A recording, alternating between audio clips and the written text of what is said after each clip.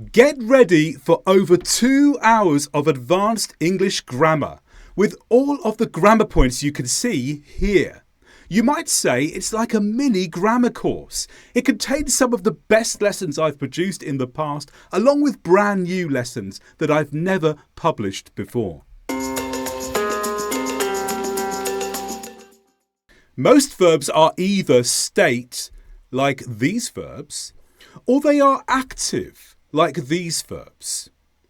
State verbs usually cannot appear in the ing form, but there are exceptions, and we're going to look at 3 key exceptions in this lesson now. The first is the verb to be.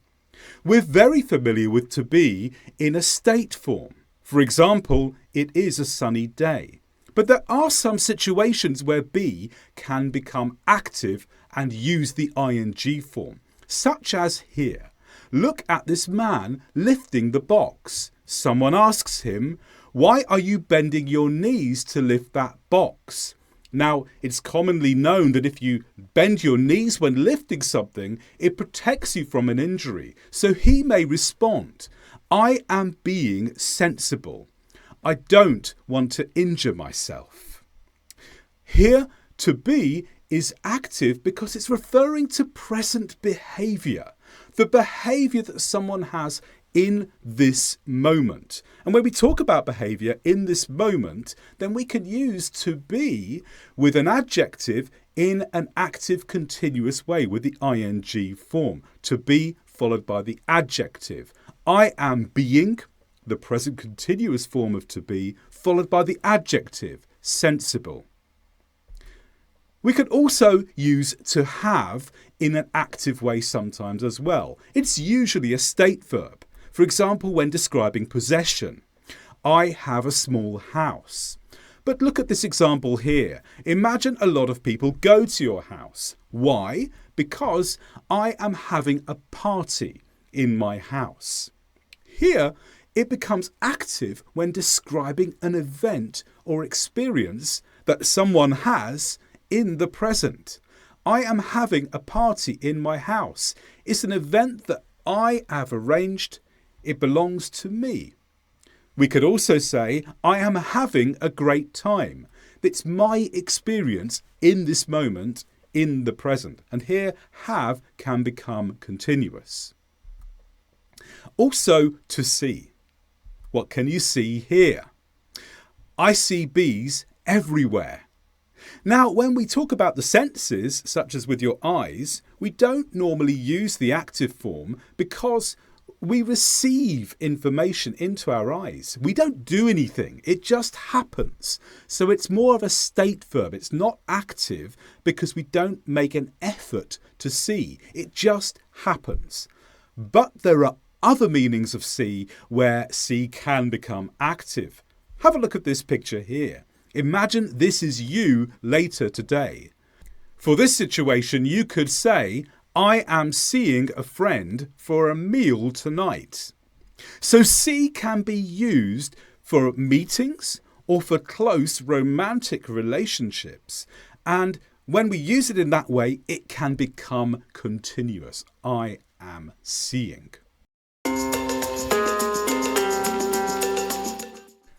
I've been to every country in the world, except that one. Oh, except that one. Oh, and except that one. And on that topic, let's look at how we use the word except in English. So we're going to look at 4 different uses of the word except. So with nouns, verbs, adverbials, and conditionals. First of all, with nouns. So first of all, what does except mean? Well, except means not including. The flowers had grown except the one in the shade. So except here means not including the one in the shade. And with nouns, we can usually add for after except. So we could also have said the flowers had grown except for the one in the shade. You can use either except or except for. They're both fine. Secondly, how do we use except with verbs? Well, what we need to remember here is that when you have a verb at the beginning of the sentence and then another verb afterwards, some verbs stay in the infinitive and some verbs take the gerund, ing form. And so what happens here? So if you use the word except followed by a verb, then whether you use the ing form or not depends on the words before. If the words before usually go with an ing form afterwards, do the same after except. Look at the two examples. She can do anything except swim. Imagine the sentence without except. She can swim. We would use the infinitive after can normally, so we still use the infinitive after except. Look at the second example. She enjoys anything except swimming, or in this case we could say except for swimming. Again, imagine the sentence without except. She enjoys swimming. You'd normally use the ing form after enjoy or enjoys. So you do the same after except. How do we use except with adverbials? So by adverbials, I mean when you use a word or phrases in the same way as an adverb. So this is when you can add extra words to describe a whole sentence or the activity in the sentence. So let's look at the start of a sentence. So at the start of the sentence, we often use except for. So for example, except for swimming, she can do anything, not except swim. Are there any cases when we don't use for? Well, yes. Do not use for when a preposition follows. So here, except in warm water, she hates swimming. We do not say except for in warm water. In is a preposition, so except is followed by in without for. And it's the same with other prepositions too.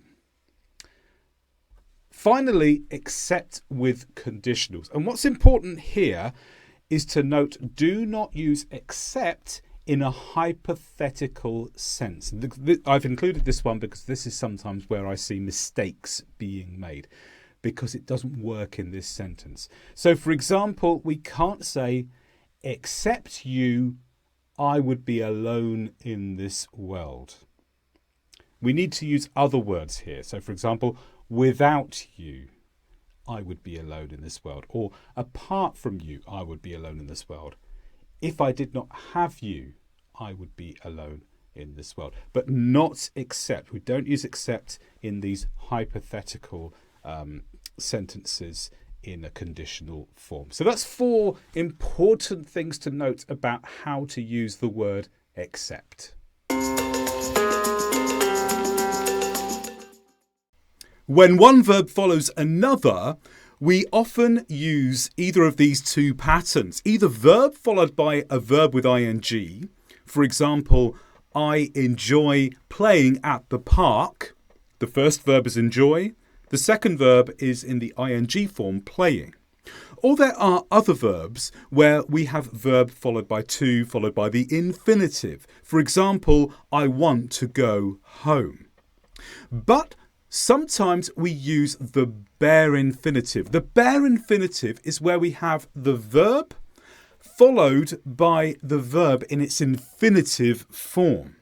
And I'm going to take you through 7 reasons why we use bare infinitives. The first is after modals and auxiliaries. For example, I must go home, or I don't know how to get home. So must is a modal verb, and we use the infinitive go afterwards. And in the second example, I don't comes from the auxiliary do, and then know is the second verb. Here we don't use ing, we don't use to. It's just modal or auxiliary followed by the verb. The second example is with cleft sentences which are followed by commands. Cleft sentences is where we add some information at the beginning of the sentence to draw extra emphasis, often with the verb to be. Have a look at the example here. The most important thing to remember is ask for help. So the cleft is the most important thing to remember is, and then afterwards we have the main clause. The point of the cleft sentence is to draw more attention to the clause. The most important thing to remember, and that brings emphasis to what we say next. Note with the first example, the most important thing is, we could also say is to ask. But what's important here is that when we use the bare infinitive without to, we're turning the statement into more of an imperative form, where the commands are strong. So without to, we make the command stronger because it's like an imperative, like an order almost. The second example, what I mean is talk to your teacher. Again, it's like an imperative, but here we would usually choose to use the bare infinitive after is. So it starts with what, then we have a clause, then is, then the bare infinitive of the next verb. Third, we use the bare infinitive in many situations when we have cause and effect verbs. Here there's a pattern verb followed by an object followed by another verb. Look at the examples. The children are being too noisy. Make them leave. Verb, object, verb. Make is the verb. The object is them and leave is the second verb. But we don't have to or the ing form for leave. It's simply in the bare infinitive. Make them leave. Also with help. The teacher tried to help her pass the exam. Help is the first verb, her is the object, and pass is the second verb in the bare infinitive. A couple of notes here is that the verbs have and let work in the same way, but the verb help can also have to followed by the verb. Both forms are possible. Fourthly, verbs in lists. For example, I want you to wash your hands and brush your teeth. So we may have to wash as the first verb in the list after the main verb want, but the second verb after and has the infinitive, just brush on its own. The reason is because to applies to both wash and brush in the list. Sometimes you can have even more verbs where you'd have the first verb, then a comma, the next verb, then and then the final verb. So in lists where the main verb is followed by to, only the next verb needs to before it. The others can be infinitive without to. Number 5, with many perception verbs. And again, it's the pattern verb, object, verb. So to hear is a perception verb, things that you receive in your senses. And in the past tense, we can say I heard. One example here is I heard him shout at the student. Verb is heard, him is the object, shout is the verb without to. When the activity is longer, then use the ing form afterwards. I heard him shouting for 5 minutes. 6 is with would rather or had better. Look at the examples here. I had better run quickly. The bus is about to leave. Had better followed by the infinitive run. Also, we would rather wait for the next bus. Would rather followed by the infinitive wait. So the verbs here are run and wait, but they don't take to after would rather or had better. And then finally with why. Look at the example below. It's going to rain every day this month. I'm worried I won't be able to go to the beach. Perhaps that might be you. So what can someone say to help you with this situation? They could say this: why worry about it? There's nothing you can do about it.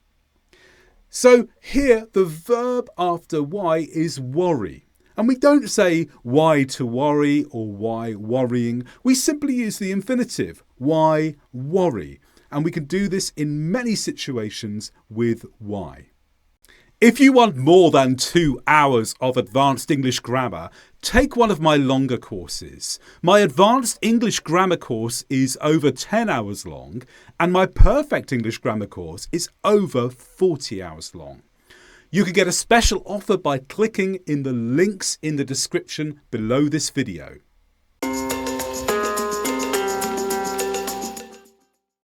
Perhaps the most common place that you can miss out words is in relative clauses, but only under certain conditions. So a relative clause is a clause that starts with a relative pronoun followed by a full clause with a verb and any words that follow. So for example, in the first sentence on the screen here, the student that the teacher picked for the test got top marks. The relative clause is that the teacher picked for the test. But in this case, we can miss out the relative pronoun. And that is because the subject of the relative clause is different to the noun it describes. So the subject of the sentence is the student. The subject of the relative clause is the teacher. And in this case, you can miss out the relative pronoun that. You could also say, the student the teacher picked for the test got top marks. The second occasion where you can miss out words is if you have a relative clause containing to be, a description of the subject, normally an adjective, and a preposition phrase. So in the example, the student who was fastest to finish got top marks. You can miss out who was and just simply say the student fastest to finish got top marks. And then the third possibility is when the relative clause contains to be, followed by a past or present participle. So the student that is trying their best will get the top marks. That can be reduced to the student trying their best will get the top mark. So that's 3 ways in which we can miss out words in English that would normally be there in a grammatical sentence and it's still considered grammatically fine. Which one is better than the other? Well, there's no correct answer there. They're both grammatically good. But if you are in a situation where your word count of your writing is important, it's another way just to gain a couple of extra words. Note that you do not omit words in non-defining relative clauses. So, for example, the student, comma, who tried her best, comma, got the top mark. So a non-defining relative clause is where the relative clause could be taken out of the sentence and the sentence still makes complete sense without it. It's simply giving extra information. If you're reading, you'll know it's a non-defining relative clause because it's got commas either side of it. For beginners of English, it can take several sentences to describe one thing. I have a cat. My cat is black. She is big. She comes from Cheshire. She likes to hide in trees. Advanced speakers of English can say all of this in just one sentence. So here we have 6 sentences. We are going to shrink this into one sentence by using what's called a noun phrase.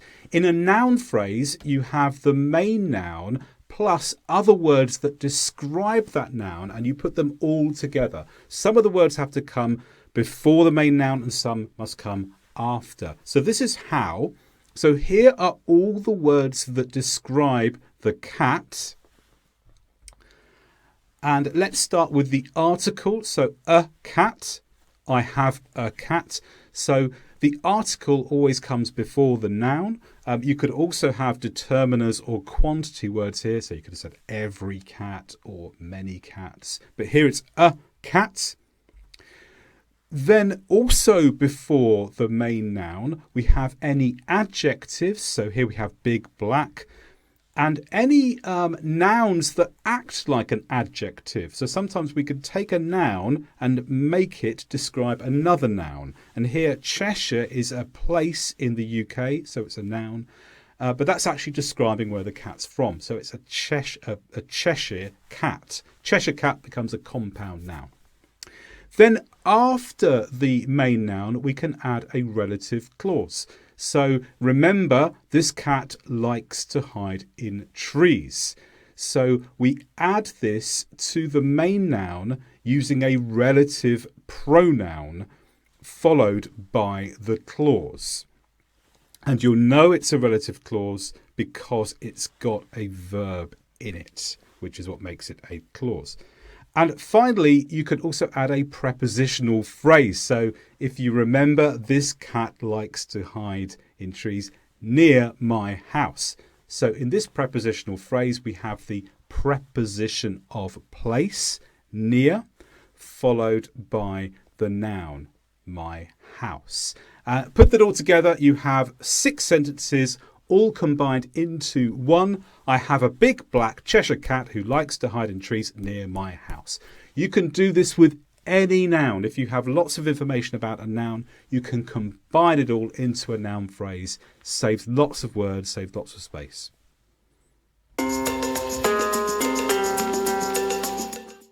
We are looking at cleft sentences. And in cleft sentences, we reverse the normal order of a sentence.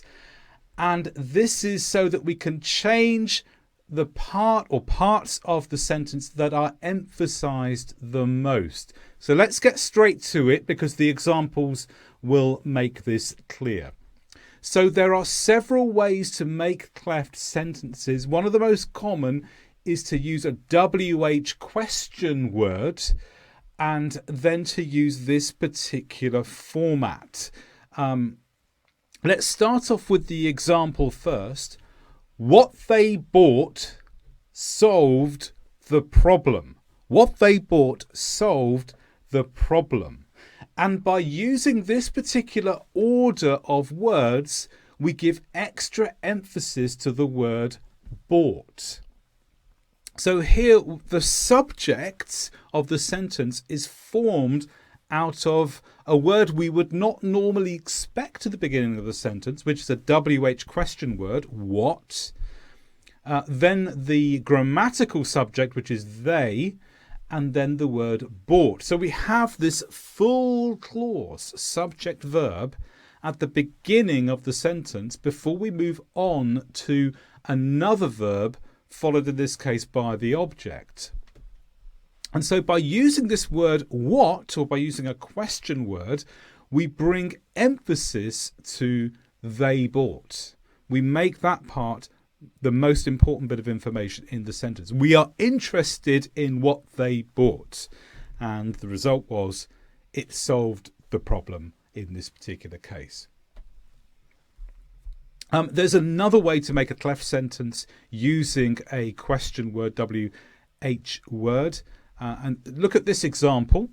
What solved the problem was the thing they bought. So here I've reversed the order of words because I want to emphasize solved the problem. So here I'm still using my question word what to indicate that I'm bringing emphasis to the first part of the sentence. Then I have the verb followed by the object. So what solved the problem? And then I have was the thing they bought. So 2 ways that you can make a cleft sentence with a question word shown here. Another type of cleft sentence is beginning with it. So let's look at the example here. It was found that the new product solved the problem. And here we give extra emphasis to was found. And it refers to the clause after that. So it means the new product solved the problem. And we take that all together and we turn that into the subject of the sentence, it. So the structure here is it followed by the verb in the passive form, then the relative pronoun that, followed by the main clause of the sentence.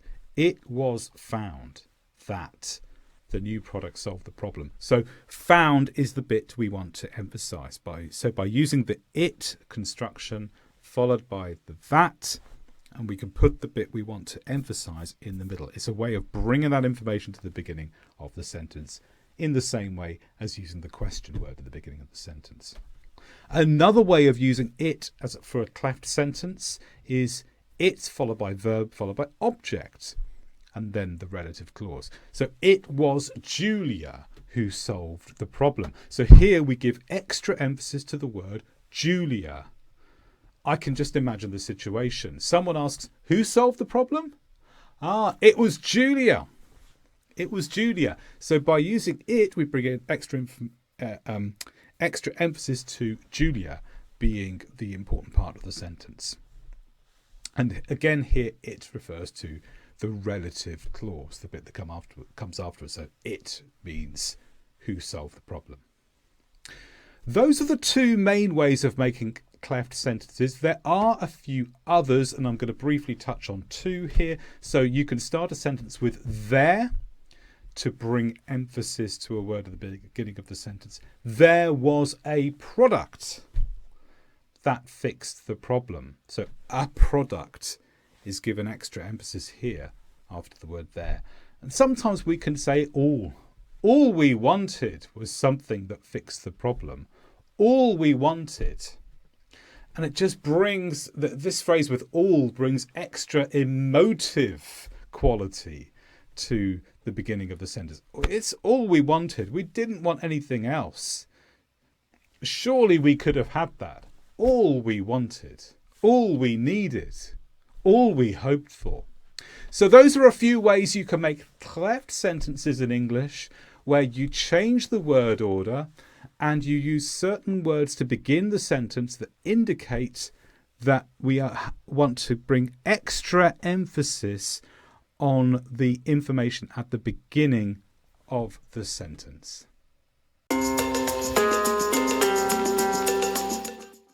Sometimes something happens to the person we're speaking about, and we use a reflexive pronoun to show this. This video will teach you 5 important facts about using reflexive pronouns in English. Reflexive pronouns are words like myself, such as I hurt myself, or yourself, look after yourself, or herself.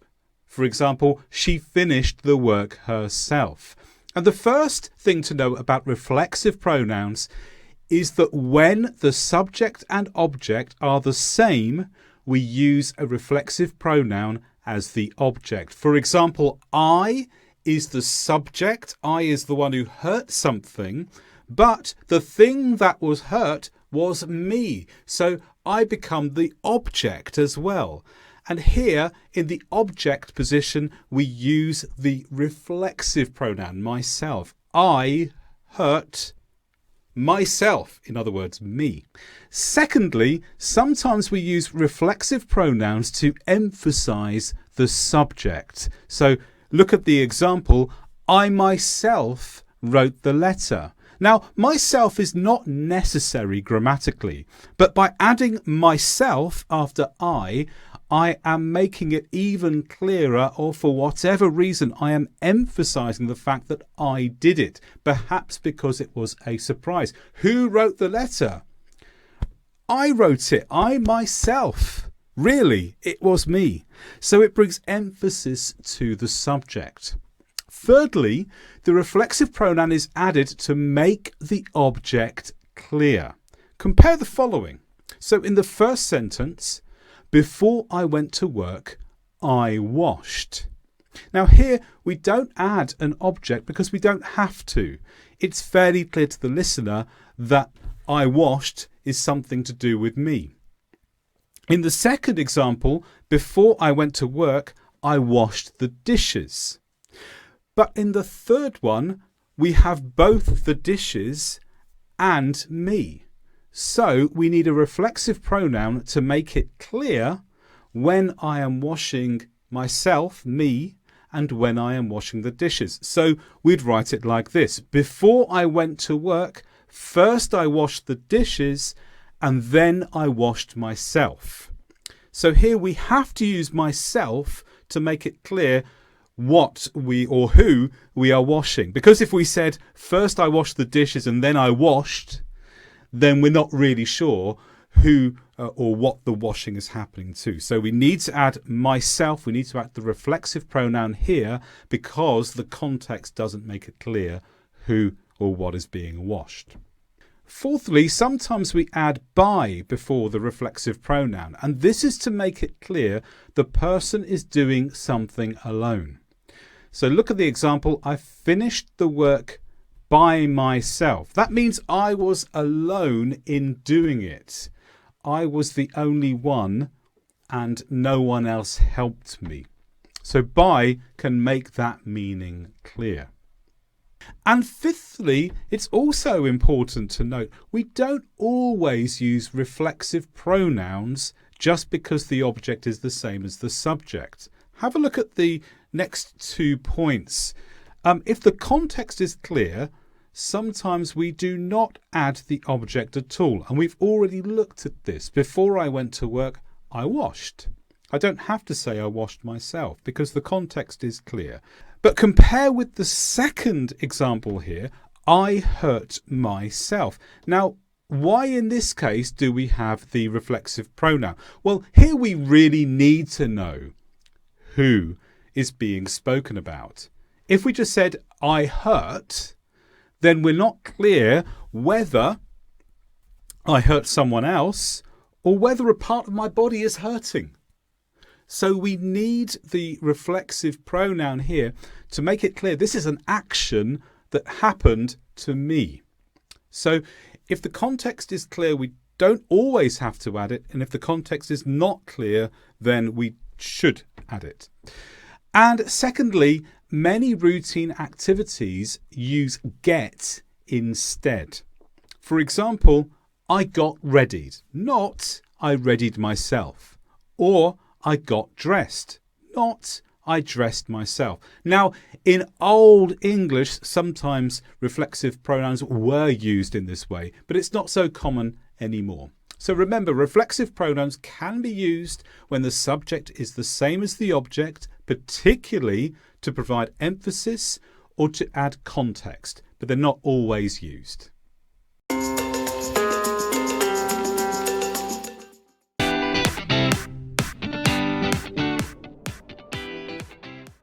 There are so many reasons to use the past tenses in English, more than most people realise.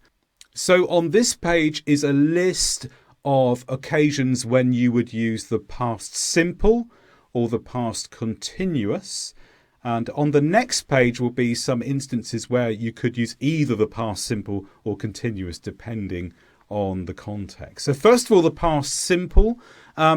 Most people will think of the past simple in terms of the first example. So actions completed in the past. The TV series finished last week. It happened in the past. It's something completed. We use the past simple for this. Descriptions that were true in the past also use the past simple. So the show was filmed in Mexico. So in this case, the filming has finished. That's what makes it past. The filming is not happening now. So as it's a description of something that's fully in the past, we use the past simple. Also, ideas that were true in the past. So in 1950, people thought smoking was safe, but they don't do so now.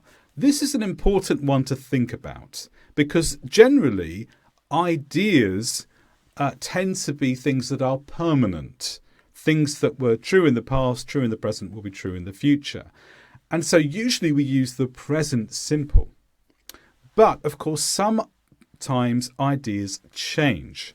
So if an idea has changed and what you are reporting is no longer true, the past simple shows the reader or listener that you think this idea finished in the past and now people have a new idea. So ideas that were true just in the past but are not true now, past simple. And also you can use the past simple in many occasions just to be more polite. So did you want another drink? Well, normally you would say, do you want another drink? But did makes it a little bit more polite. And I suggest that you watch my video on using will or would, as it covers the reasons why the past simple rather than the present simple is considered more polite, along with other reasons why certain words or phrases are more polite than others. But the past tense tends to be more polite than the present tense if you have a choice between the two when asking a question.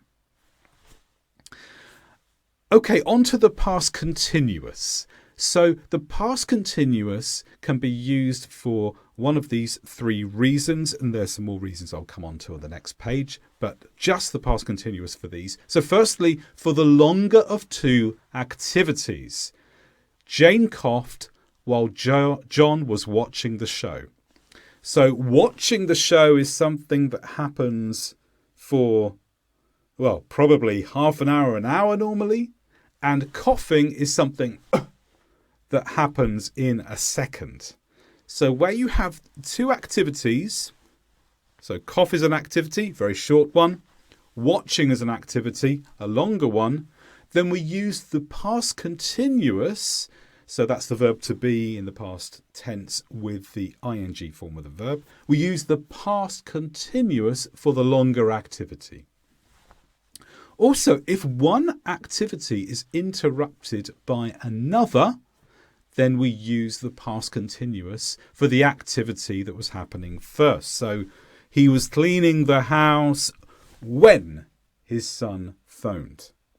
So we use was cleaning for the longer activity that stopped when another activity happened. And then thirdly, sometimes for background descriptions, we can use the past continuous. So the trees were blowing in the wind, the sun was shining, the birds were singing. We're giving background to a story. And we can use the past continuous for this because we're trying to give the listener an idea of what was happening at that time, what activities were going on, what was true around about that time. And because we're giving that around about time sense, we can use the past continuous for this. Okay, on to some situations where you may use both the simple or the continuous depending on the context or what you're trying to say. So firstly, to give more detail after the present perfect. So look at the example. I have been to Paris. It was snowing. So one storytelling technique is often to start with the general picture in the present perfect. And this is because the present perfect is less specific about time in the past. And when you want to give a general overview, you perhaps are not worried about the time details. You just want to get the main bit of information out there, which was that you have been to Paris.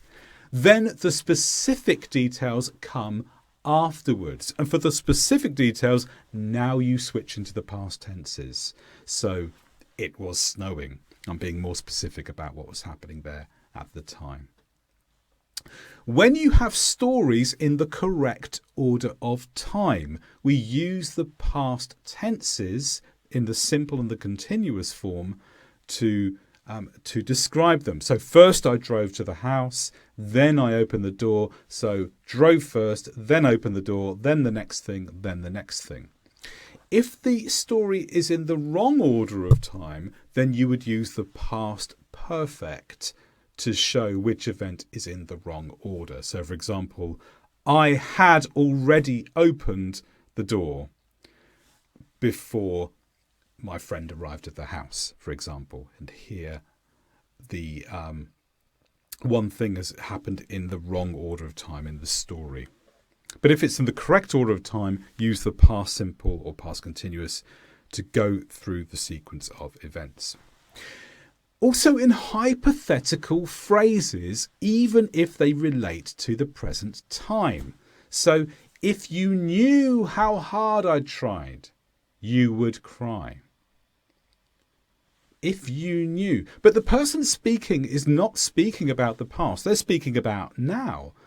They're saying, you don't know.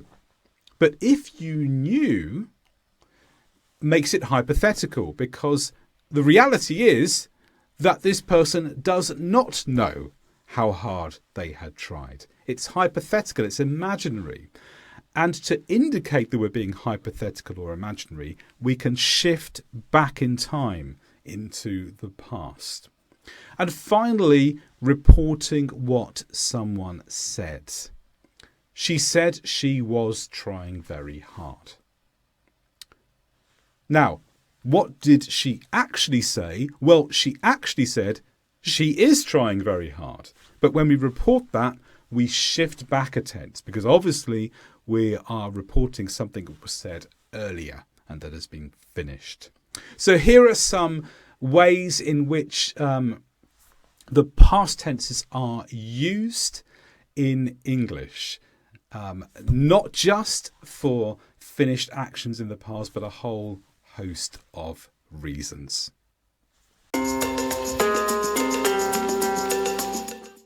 The past perfect causes more confusion than any other tense. What most grammar books teach about the past perfect simply isn't good enough. They may say it's the past of the past, but it's more than that. We use the past perfect when a story is not in time order. Have a look at the first example. I felt ill in the morning. I felt better in the evening because I had taken medicine in the afternoon. And the green words had taken is the past perfect. So why did we use it here? Well, notice that we go from morning, then to evening, then back to afternoon. The sequence of events in the story are not in time order. And the past perfect here indicates which event happens before another. So to indicate that the medicine came before feeling better, we use the past perfect to show that.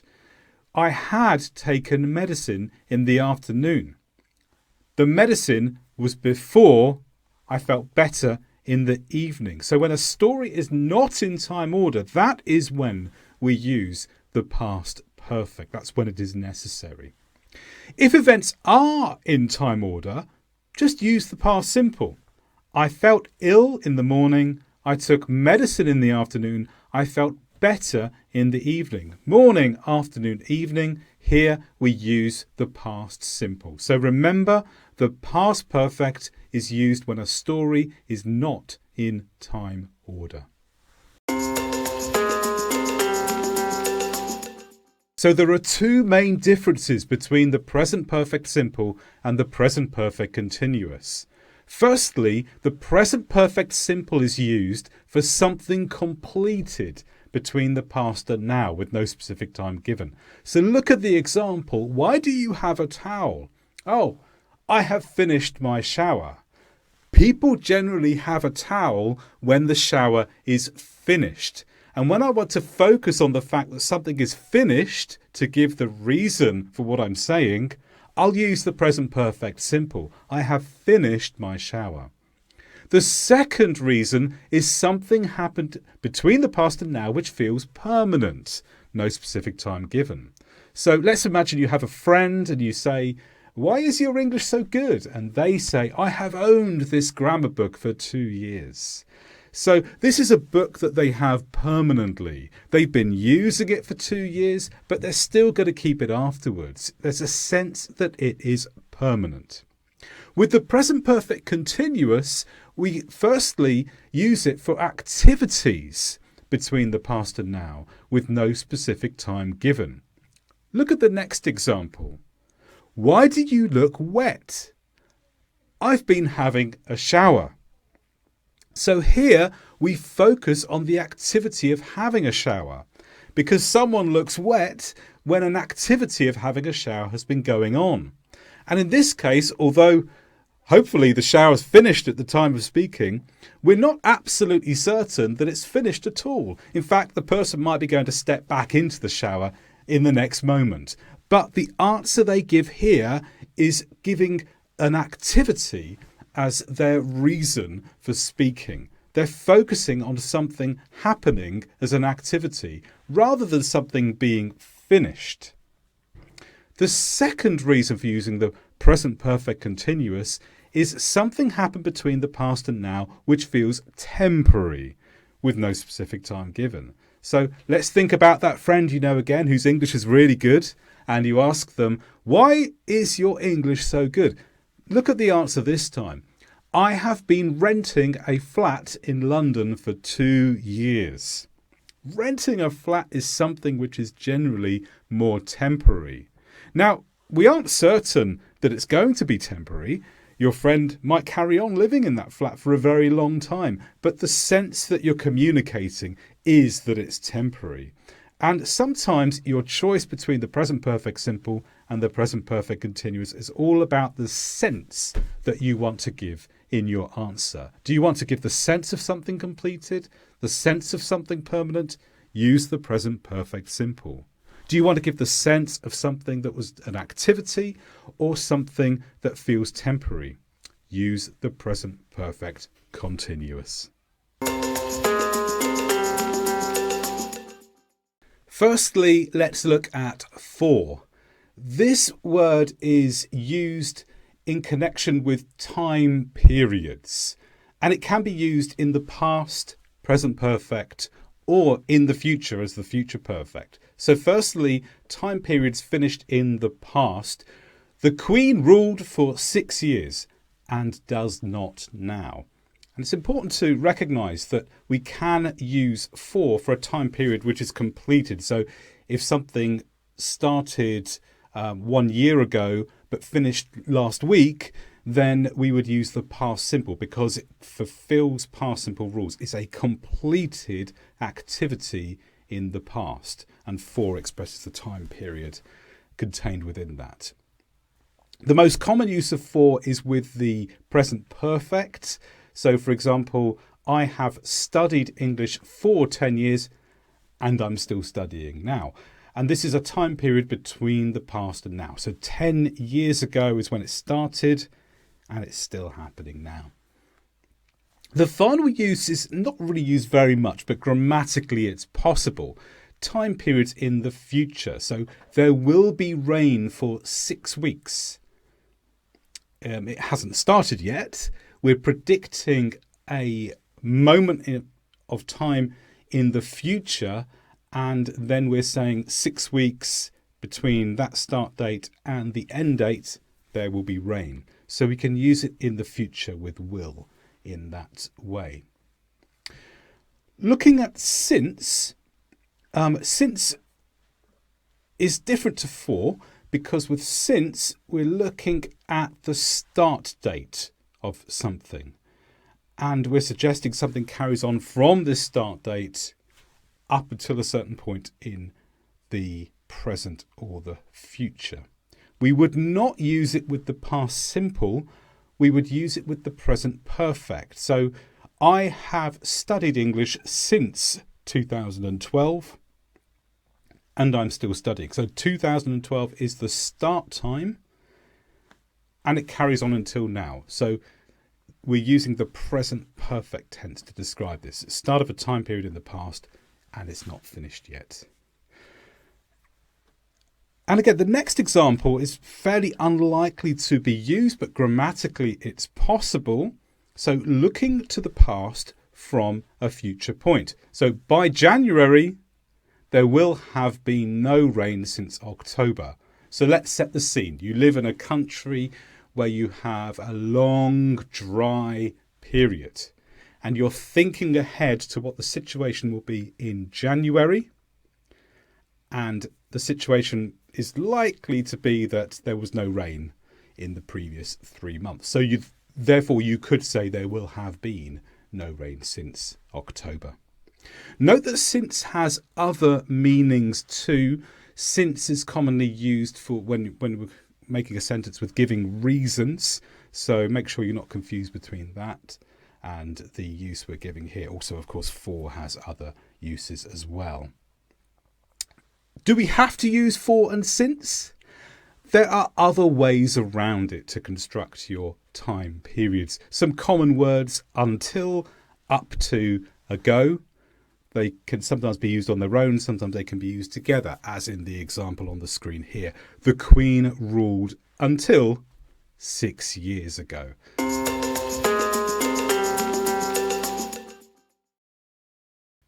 So firstly, will. Will is what I call the loose future.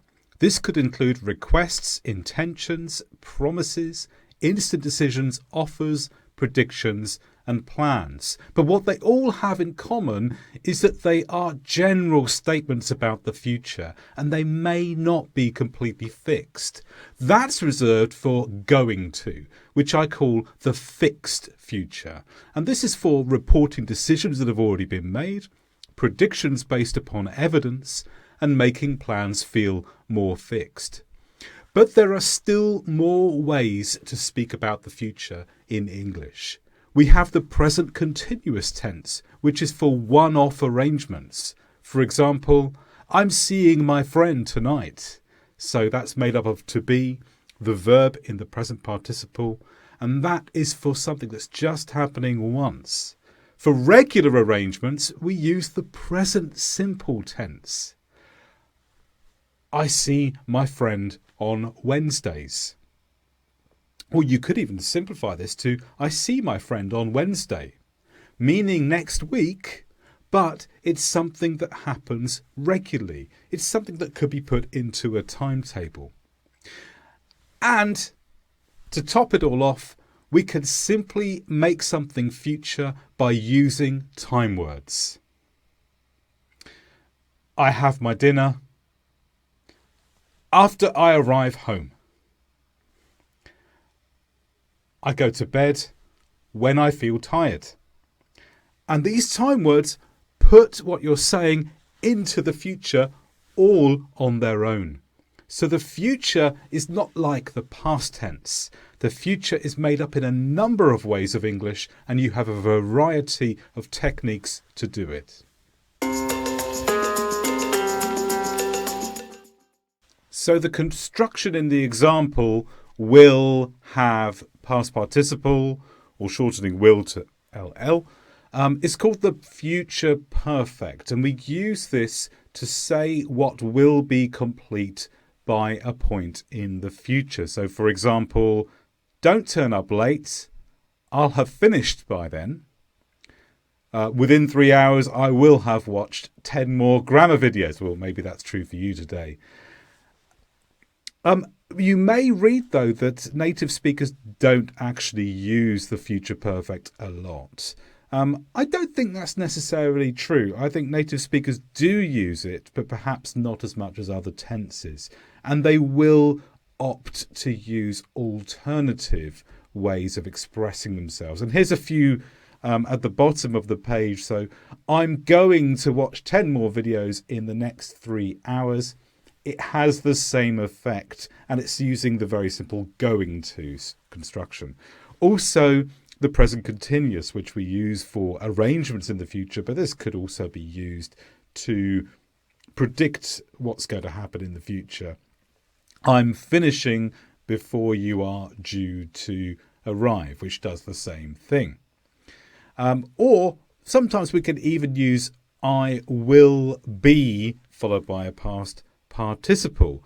I will be done with learning about the future perfect by the end of this video. So I will be done with means something will be over.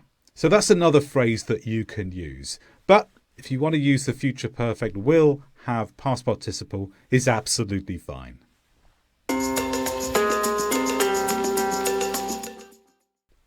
So on the screen, you'll see the present simple and the present continuous separated into 4 general uses, but they all have a theme. With the present simple, we're looking at things that stay the same. So, Firstly, descriptions that are true now. So she seems happy.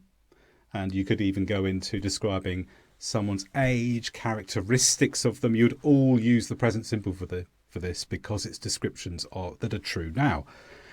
Things that are always true would use the present simple. The sun sets in the east. It's always true. And take care if you are writing using the present simple, but the intention in your writing is to discuss different points of view.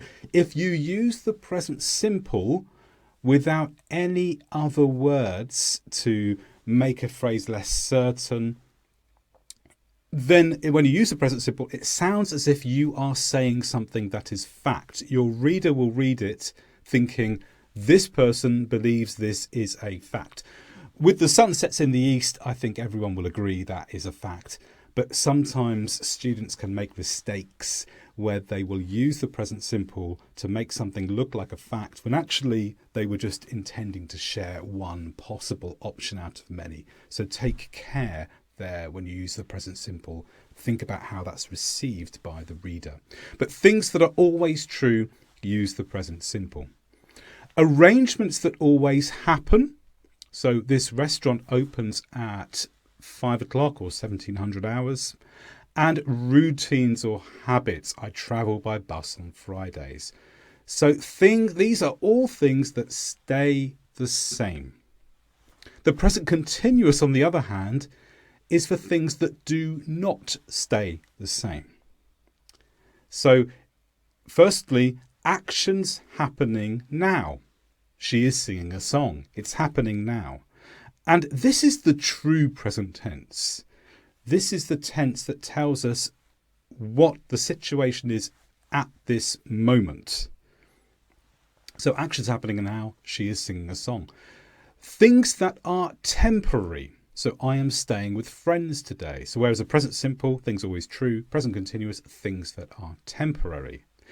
Arrangements happening once. So we are meeting next weekend. Present simple, arrangements that always happen the same. Present continuous, arrangements that happen once. May not necessarily be the same next week. And finally, things that are changing. For example, this town is becoming busier. So if you're trying to describe a change that's happening between the past, into the present, into the future, then you would use the present continuous. Even if this is a static change, you would still use the present continuous to express that sense of change. But you could sum this all up by saying the present simple is for things that stay the same. The present continuous are for things that do not stay the same.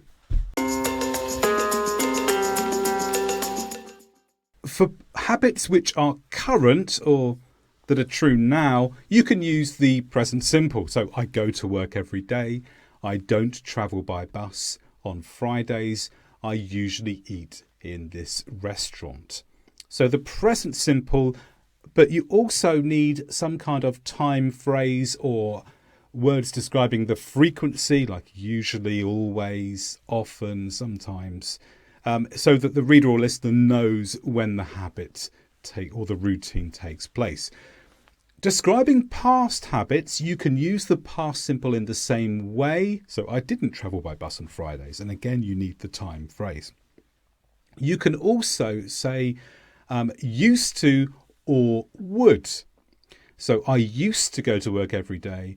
I would usually eat in this restaurant. And with used to and would, you can use the time phrase, but you don't have to. Used to and would are enough to tell the reader or listener this is something that happened in the past. It was a habit that was true in the past. We don't necessarily need to define the time. Note with would, we cannot describe states. So I could not say, for example, I would be smaller when I was younger. But you could say, I used to be smaller when I was younger. So that would be a state or a description. So used to instead of would for descriptions or states.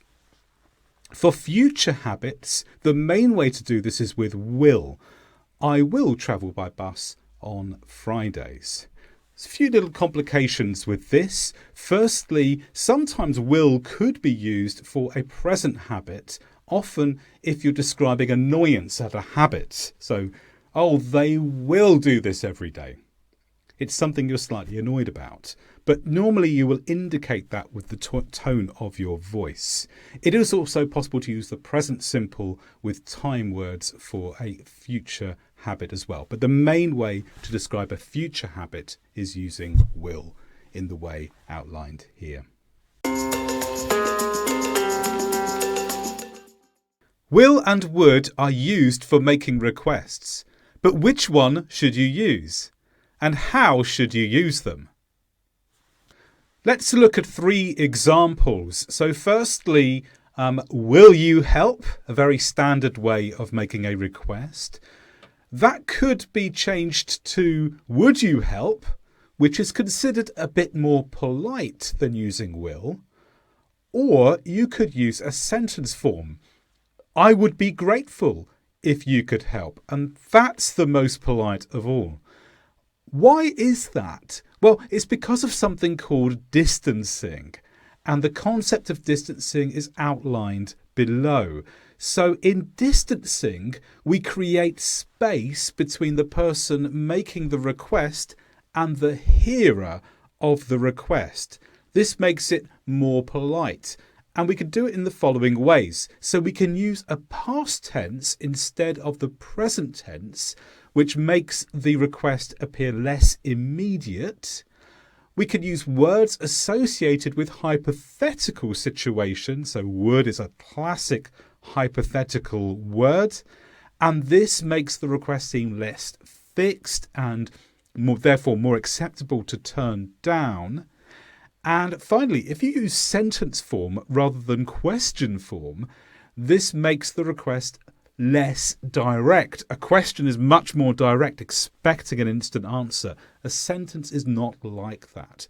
And by creating a mental sense of distance between the speaker and the receiver, you make the request more polite. You make it easier for the person receiving it to hear it, easier for them to turn down. It's more friendly, it's more formal. And this is a concept that's used in many ways in English. So remember, if you want to make a really polite request, use the sentence form, use would. Will, would as questions are both still good for making requests. Just be aware of the difference in meaning in the choices given here.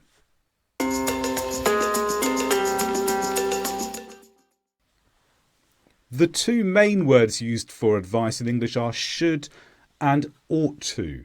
So, for example, you should look left before crossing the road, or you ought to look left before crossing the road. If you are advising someone not to do something, you simply make it negative. You shouldn't cross the road. You ought not to cross the road. It's important to say that should is used much more frequently than ought to. And particularly in the negative, ought not to is not used very much at all, but it is possible. But these aren't the only ways. There are a number of other verbs you could use to give advice, such as suggest, advise, recommend. And often when these words or others are used to give advice, they are used in one of the 3 ways mentioned here. Firstly, with an intensifier. So that's a word that makes the advice appear greater than it is. So, for example, we strongly suggest our practice test. So this is pushing your advice closer to the level of being a command without quite getting there. But it's giving quite strong advice to the person hearing it. Or you could use a passive form. For example, you are advised to drive on the motorway, or an it-that construction. For example, it is recommended that you arrive early. And the benefit of the passive form or the it-that structure is you don't have to disclose who is giving the instruction. And that makes it a bit more formal. That makes it a bit less confrontational or direct for the listener. So it's a way of getting your advice to the person who's listening without putting the same amount of pressure on them as something a little bit more direct. Note that you could use any of these three techniques with all the verbs listed there. So suggest, advise, recommended could all be followed with intensifying passive forms or it-that constructions. When we speak about ability in English, sometimes we can use can, sometimes we can use could, and sometimes we can use able to. But which one and when? So for ability now in the present, we can use can or able to. For example, kangaroos can jump higher than cats. I can't run fast. Or with able to, kangaroos are able to jump higher than cats. Or I am not able to run fast. If we're looking at ability in the past, we can use could or able to. I couldn't run fast when I was a child. Kangaroos were able to jump higher than cats. But if we are looking at a specific instance of ability in the past, we cannot use could. We can't say, I could run fast in the race. It's a specific moment, a specific activity in the past. I didn't have the ability in that moment, but we can't use could. We have to use was able to. I was able to run fast in the race. However, could is possible in the negative. I couldn't run fast in the race.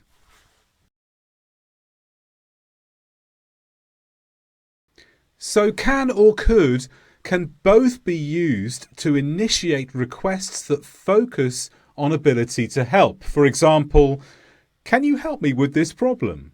Or could you lift this bag? It's too heavy for me.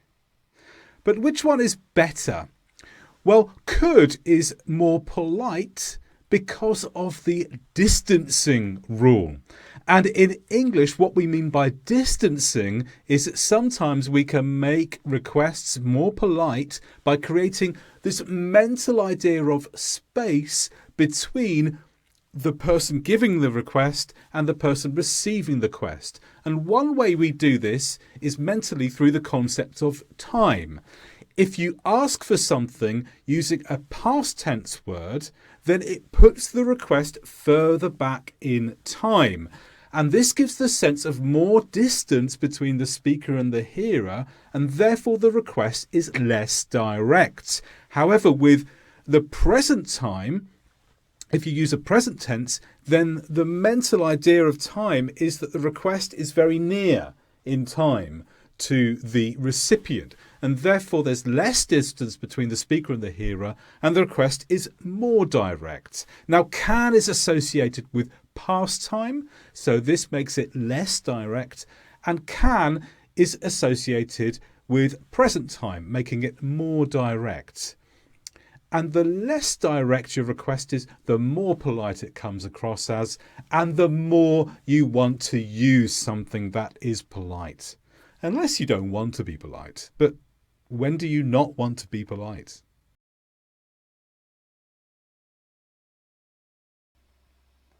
One way we can categorize verbs in English is by separating them into verbs that are transitive and verbs that are intransitive. A transitive verb can take an object. For example, they bought the company. Here, the company is the object of the sentence. It is affected by the activity, bought. We must use an object here, or the sentence doesn't make sense. We cannot just say, they bought. It's not a complete sentence. We need to know what they bought in order to make the sentence complete. Verbs that are like this are called transitive verbs.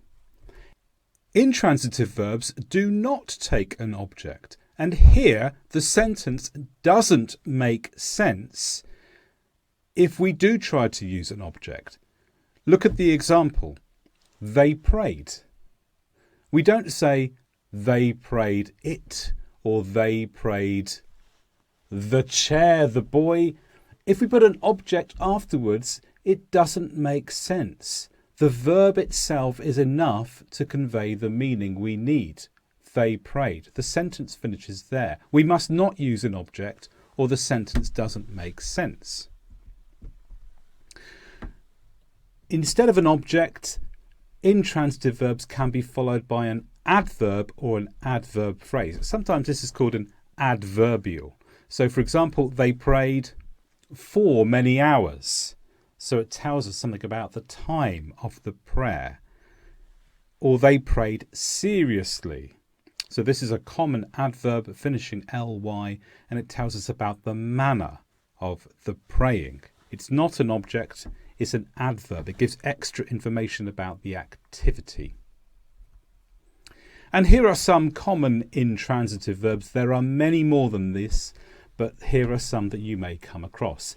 Appear, belong, depend, emerge, fall, go, happen. Listen is interesting because we have these verbs listen and hear. So you can hear a sound, but we don't say that we listen a sound. You'd say we listen to a sound. So hear is transitive, but listen is intransitive. So that's interesting to note. Other common intransitive verbs: relax, respond, shouted, sprint, stand, vanish, wait, wonder. But there are many more. So it's important that you know whether a verb is transitive or intransitive in order to get your sentence structure right.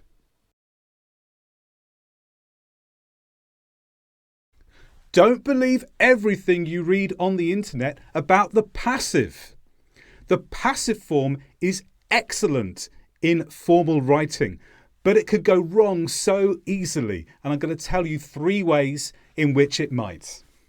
First of all, very briefly for those who don't know what we mean by the passive. So this is when we swap the subject and the object in sentences with an activity. So sentences where there is an activity. So for example, if I get really mad and my computer's not working well, I might hit the computer.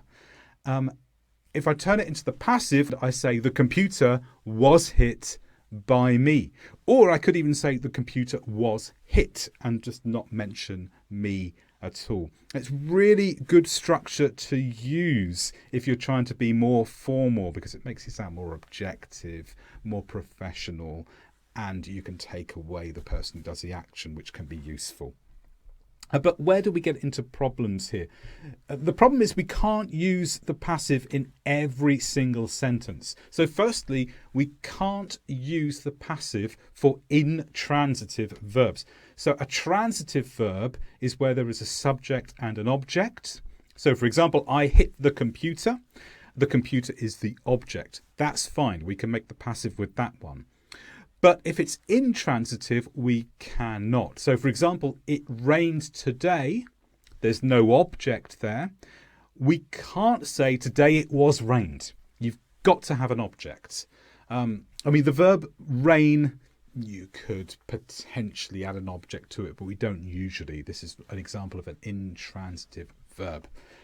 Secondly, where there is no activity in the sentence. So I hit the computer, there's an activity. I hit the computer. But you were a helpful friend, there's no activity. We're just describing a state here. And here we can't make it passive. So we can't say a helpful friend was being you. It does not work if there's no activity. And finally, this is the one that I'm seeing a lot in Facebook groups, is where the passive is used when we have 2 verbs in the sentence. We have the main verb followed by to plus infinitive and then an object, and you just get into all kinds of trouble there. So I hit the computer has one verb, that's fine. But he went to get the computer. We're starting to add lots of stages to the sentence. The passive works best when there is a simple transformation from subject, verb, object, switched around to object, verb, subject. It is possible in some circumstances to make an element of the sentence passive, but it's complicated. And again, I'm not going to go into it here because I'm just giving an introduction of what I mean. I would just avoid doing this. So, for example, he went to get the computer. Don't try and turn that into passive. Don't say the computer was gone to get him, because you've lost the meaning. You've lost that relationship between the subject and the object and the fact that the main verb ties them together. So here, the computer was gone. That's got nothing to do with he went to get. So you see, it just gets confusing. So when you see, if you, I'm guessing because you're watching a video on YouTube, you're someone who likes to go on the internet to learn more about the English language. If you see people trying to teach you that you can use the passive to move around elements in a long, complicated sentence, and they're not just sticking to the subject, verb, object, and there's no activity in the sentence, don't do it. Keep the sentence as it is. So firstly, single word verbs are more formal than multi-word verbs. Multi-word verbs are sometimes called phrasal verbs. So if the verb has only got one word, it's very likely to be formal. If it's got two or more words, it's very likely to be informal. There are a few exceptions, but the rule is generally true. And here are just a few examples. There are hundreds of examples. Here are a few. So continue is considered more formal than carry on. Discover would be more formal than find out. Fabricate, more formal than make up. Invent, more formal than come up with. Reduce, more formal than cut down on. So that's the first tip to help you know if your verb is going to be formal or not. The second tip is especially helpful if your first language is Latin based, so Spanish, French, Portuguese, Italian. You have an advantage here because if your verb translates fairly directly from your language into English, then it's likely to be more formal than other alternatives. So again, there are many of these, but for example, obtain is a Latin-based word. It's more formal than get. Get is quite an informal verb, even though it's only got one word. Comprehend is more formal than understand, although understand is still fairly formal itself. Comprehend is more formal. Decimate would be more formal than destroy. So this is a good one for Latin language, if you've got Latin as your first language. If you haven't, on the internet these days, there's still plenty of ways to find out the root of the word. So if you're thinking of using a word, you're not sure if it's formal or not, find out if the word has a Latin similar alternative. If it does, it's likely to be formal.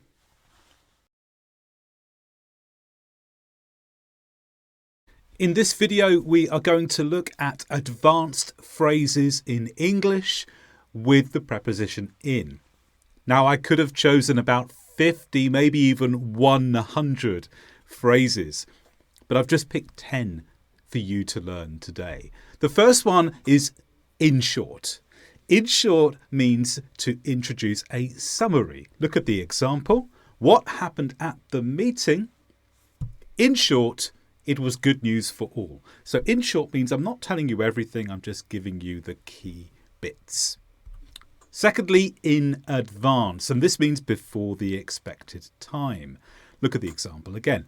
I'll give you singing lessons, but you must pay in advance. You must pay before the expected time. Number 3, in charge. This is the person who tells other people what to do. So perhaps you've been to a restaurant and you want to complain about the food and you ask, who is in charge? And the response is, I'll take you to the manager, because the manager is in charge. The manager tells other people what to do. Number 4, in common. In common is a phrase that means shared characteristics between two or more people or two or more things. In the example, we both like cycling and walking. We have a lot in common. We have a lot of the same characteristics. Number 6, in fact. In fact introduces extra details, sometimes to make a point even clearer than it was before. He passed his swimming test. In fact, he can swim 50 meters. So we're adding extra information that helps make the point clearer with in fact. In favour, you use this when you are supporting something. Let's vote. Who is in favour of offering the job to Sandra? So who supports the idea that Sandra should get the job? In favour. In no time means very quickly indeed. It's the idea that you can do something with no time. It doesn't really mean no time. It just means very quickly. But you give the feeling that it will be so quick, it will be like no time at all. The girl was so fast, she could run the length of the field in no time. So very, very, very fast time. It's almost as if you watch her run and she's finished before you could even think, because it's so fast, in no time. In the mood means wanting to do something. Some people might say this, it's Friday, I'm in the mood for a party, or whichever day you feel in the mood for a party. If you're in the mood, it means you want to do something. It's often used in the negative as well. I'm not in the mood for going out tonight. In secret means without telling people. Sometimes at birthdays, we try to buy people a present, but we don't tell them. So we might say this, we need to buy a birthday present, but we must go in secret. And number 10, in the air. And again, this doesn't mean what the words make you think it means. It doesn't mean that something is in the air.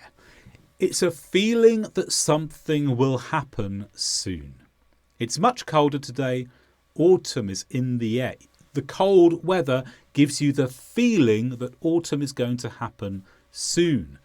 We often use this with changes. Changes in the air. Perhaps there's going to be a change in who's leading something, who's doing something. Maybe a sports team have some new sports people, and you think, victory is in the air. I can't see it, but I have a feeling it's coming.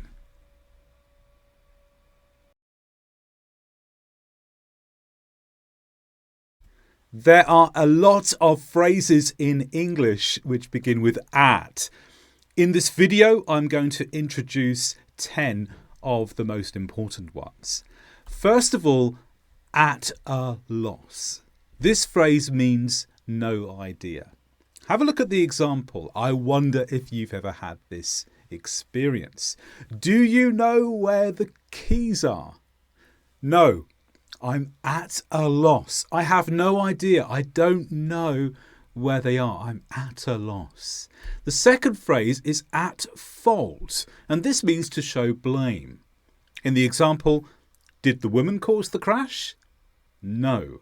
Her husband was at fault. Blame the husband. The husband was the reason for the crash. He was at fault. Another phrase is at first sight, and this means the first time you see something. We often use it in this way. How did their relationship start? It was love at first sight. So the first time they saw each other, they loved each other. We often use it in that way. At first sight, the first time you see something. Fourthly, at large. What does at large mean? Well, this probably means something different to what you expected. It means when something or someone significant is moving in the area. For example, the lion escaped from the cage. I hope that doesn't happen at a zoo near you. It is at large in the town. That means it's somewhere in the town. It's somewhere nearby. Often we use at large when there is danger. Oh, a criminal has escaped from the prison. He is at large. So at large, something significant moving in the area or someone moving in the area, often associated with danger. Fifthly, at least, and this means this amount or more. The stadium is full. There are at least 50,000 people inside. So 50,000 is the minimum amount, but it could be more. And 6, at length. And again, at length may be slightly different to what you expected because it doesn't mean that we measure something physically. It means an extended period of time. So the talk was detailed.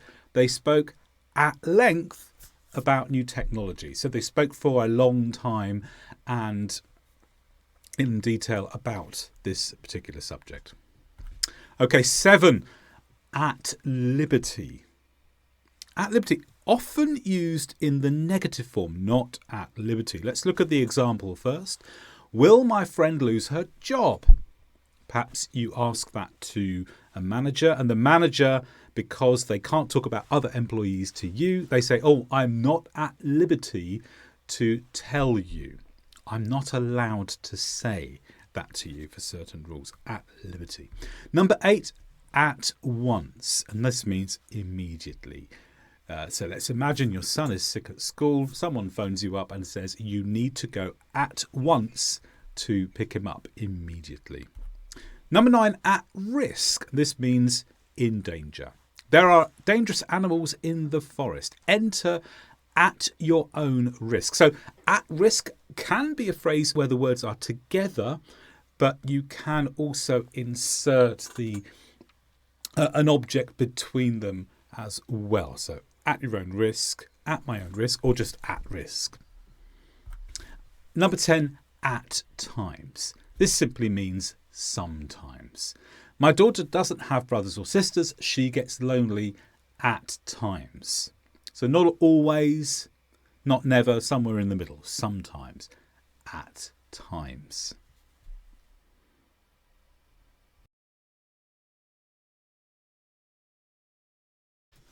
A, an and the are small words, but they are really important in English. But how do you use them correctly? Can you say any of these? A pen, a pens, the pens? And if they are correct, when? This video is going to show you how. First, a and an. A and an are used for examples of a singular noun where many exist. So a goes before the noun. A pen. Pen is a noun which is singular. We're only talking about one pen. And there are many pens in the world. Many exist. But here we're not interested in just a specific pen. It could be any pen. We're just mentioning a pen exists. It's one example of a singular noun where many exist. How do we choose between a or an? Well, a goes with words starting with a consonant sound. So, for example, a pen, a song, P and S are consonants. An goes before words starting with a vowel sound. So A, E, I, O, U. So an apple, an egg.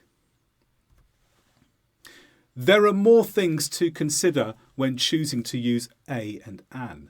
You use a and an before a general singular noun when you mention it for the first time. So here is a pen. In this sentence, it's the first time I have mentioned the word pen in a conversation or in my writing. We'll come back to this later when we look at the word the. Here's another example. A car drove down the road. So here we're talking about cars, but the very first time we mention the car, we use a.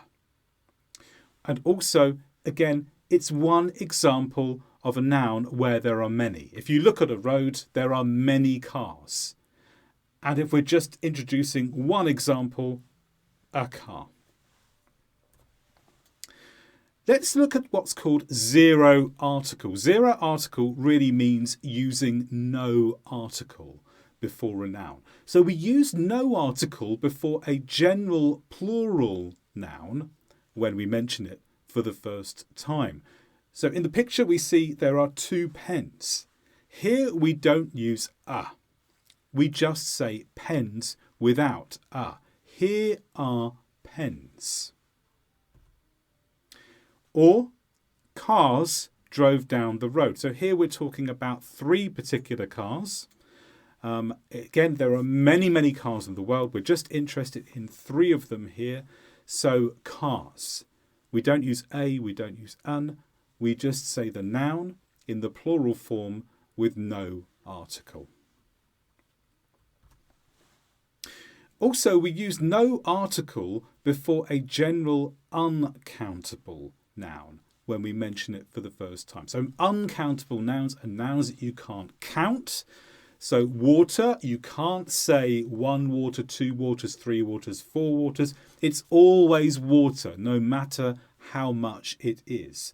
And with uncountable nouns, we use no article. So instead of I can see a water, we don't say that. We say I can see water. The final article is the.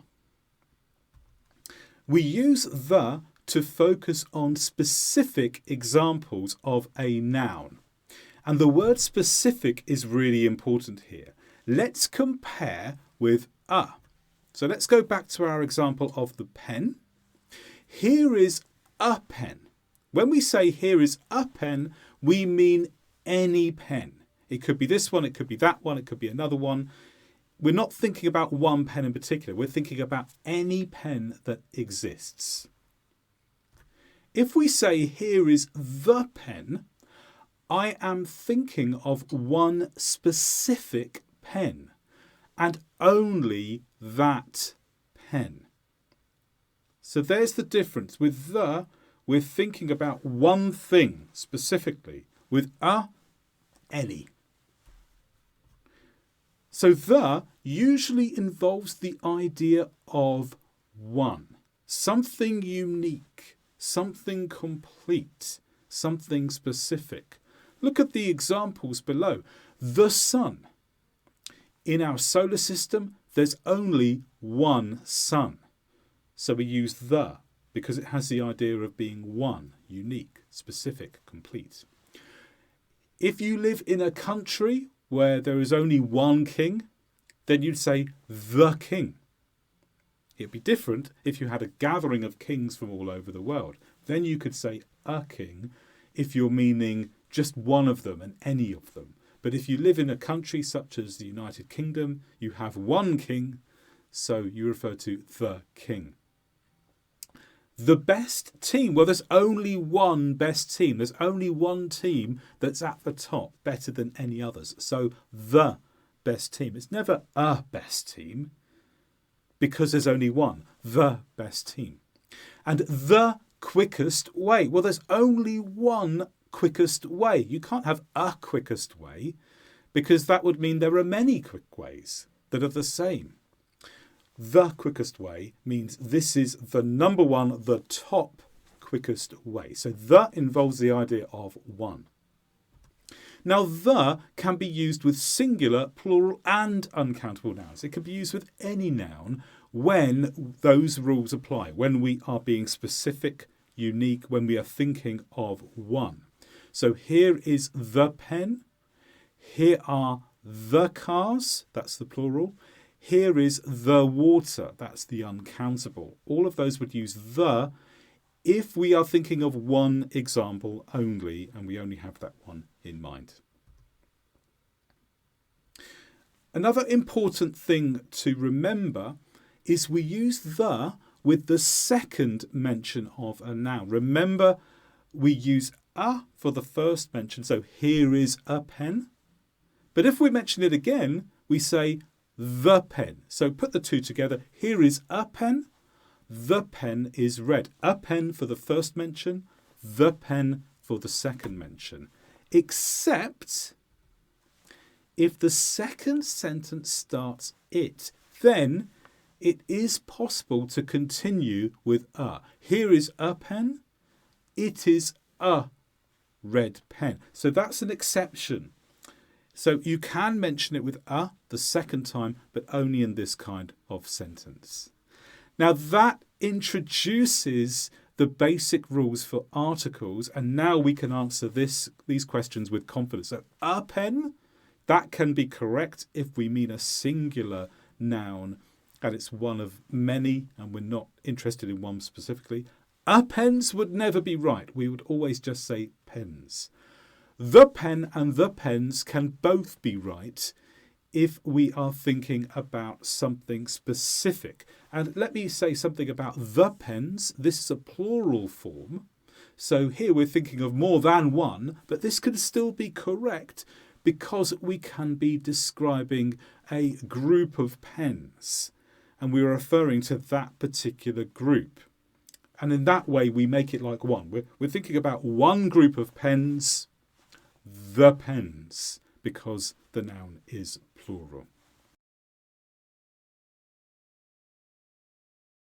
In this video, we're going to look at adverb suffixes. How does an adverb commonly end?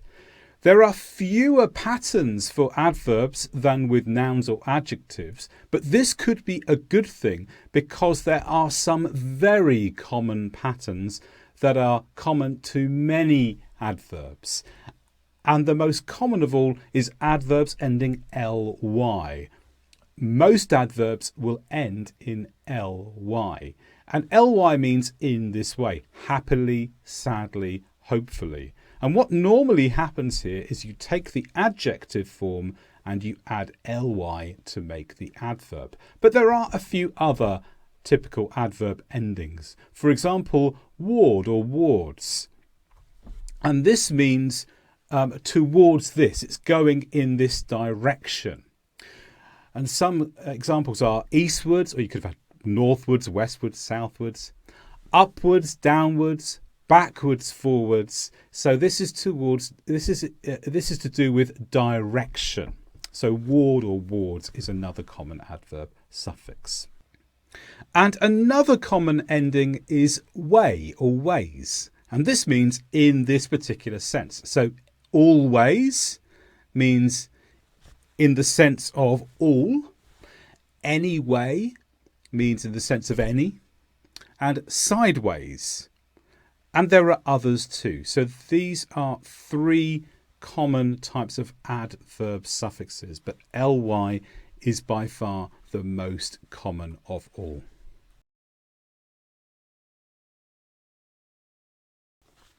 So first, let's look at some of the most common adjective suffixes before we go on to tricks for remembering them. And it's important to note that the reasons for using the suffixes on the screen here are common reasons, but they're not the only reasons. There are usually exceptions to the rules that I'm giving here. So first of all, teachable, words finishing with able. This means that it can be done. So teaching is possible, teachable. Often used with a person who is teachable. It is possible to teach that person.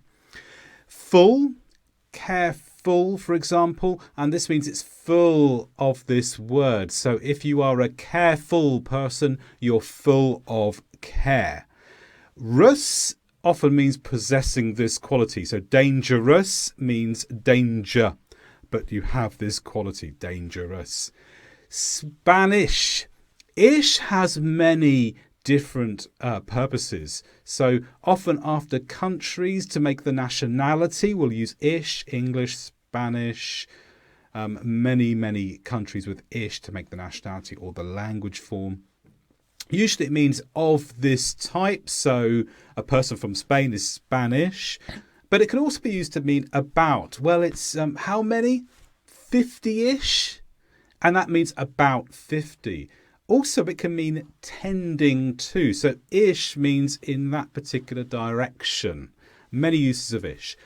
Call, C-A-L, often used with I-C-A-L as well. So, for example, philosophical means in this way. So if you are philosophical, then you are in the way of being someone interested in philosophy.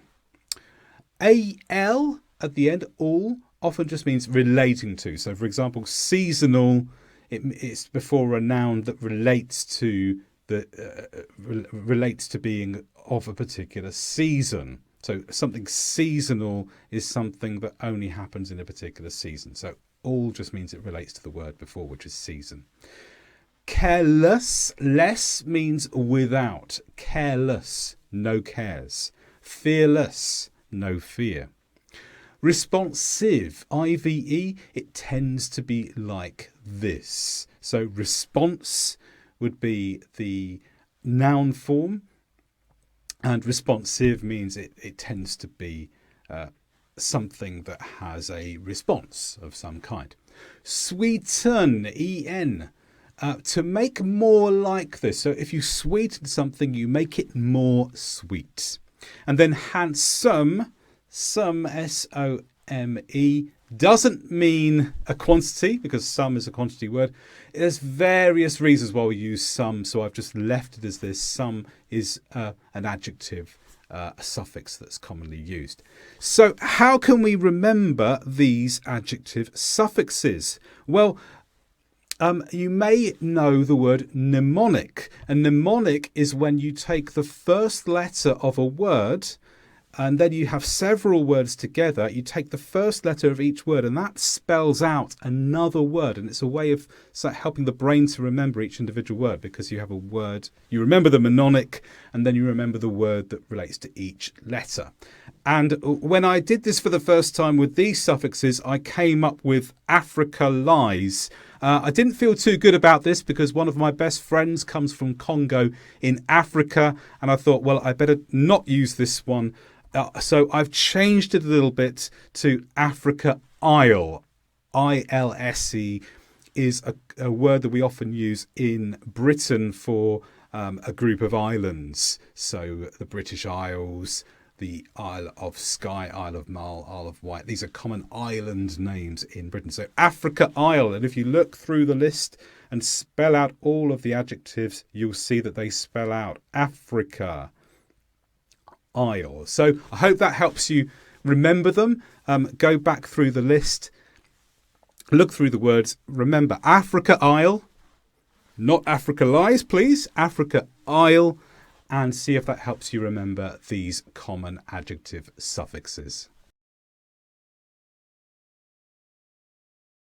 So let's look first at some common endings to nouns, sometimes called common noun suffixes, before we look at the trick for remembering them. And with all of these suffixes, it's important to note these are not definite rules.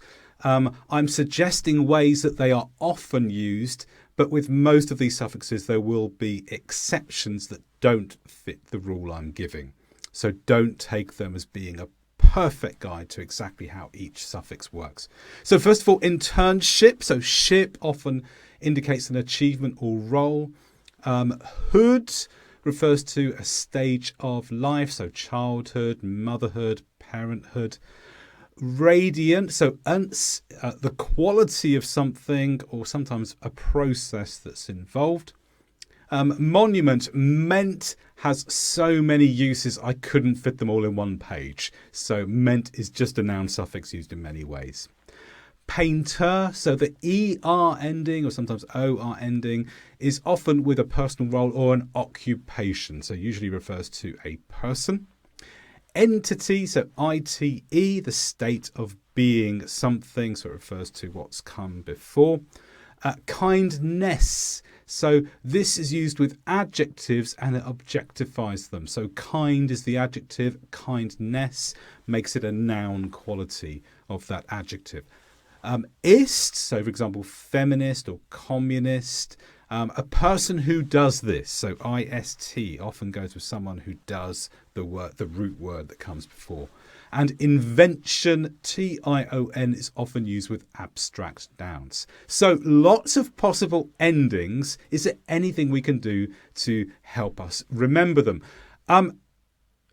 So something we often use to remember things is a mnemonic. And a mnemonic is when you take the first letter of each word and that spells out another word. So what I've done here is I've lined them all up, and you'll see if you look at the first blue letter, so the first letter of each of the suffixes, first of all, that spells out the word shame, and then in, and then it. And this makes shame in it. Shame in it. Now, shame in it is really short for shame isn't it. In colloquial English, we often shorten isn't it to in it when we're talking really quickly. So, for example, oh, it started to rain. Shame in it. This is often used colloquially by English and Australian, so it's a useful little phrase to know anyway. Shame in it. This might be a way to help you remember all of these noun suffixes that we've learnt in this video.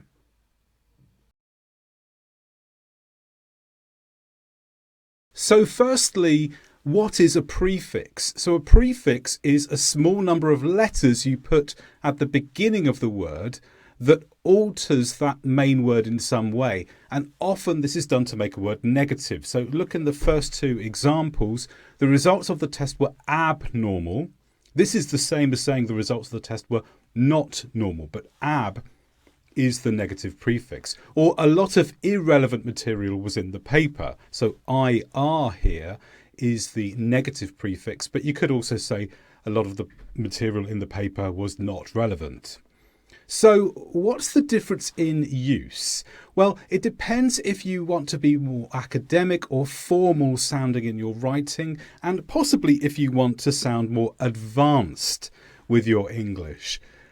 If you use a prefix, that tends to be more academic, more formal, and it makes your speaking or writing feel more advanced. So the results of the test were abnormal would be more academic or formal than saying the results of the test were not normal, which feels more everyday. There's a further limitation on not. If you use not, it has to come after the verb. So a lot of material in the paper was not relevant. Whereas if you use the prefix, you can keep the original word in the same position. A lot of irrelevant material was in the paper. So there's one other advantage in using the prefix here. The most informal way of all, so more conversational style, general everyday English, would be to use the abbreviation of not, which is apostrophe NT. So the results of the test weren't normal. A lot of material in the paper wasn't relevant. So those are some of the choices you have between using not or a prefix. Let's quickly go through some of the more common negative prefixes then. Here are some examples. There are many possibilities for each, but just some examples here. So you could just put the letter A in front of some words, asymptomatic, atypical. AB, abnormal, abuse. So here, taking the word abuse, that comes from the word use, and putting AB in front of it means something is not being used in the proper way. So it becomes abuse. Anti. Anti really means against. So antisocial means being against social. De, so declutter, derail, decode. This de here really means to take something away. So declutter means to remove the clutter. Dis is a common one with disagree, disproportionate, disabled. There are many examples with dis. When we have prefixes beginning with I, often there is a pattern. So, for example, IL is a prefix commonly made for words beginning with L. So, legal can become illegal. Logical can become illogical. Legitimate can become illegitimate.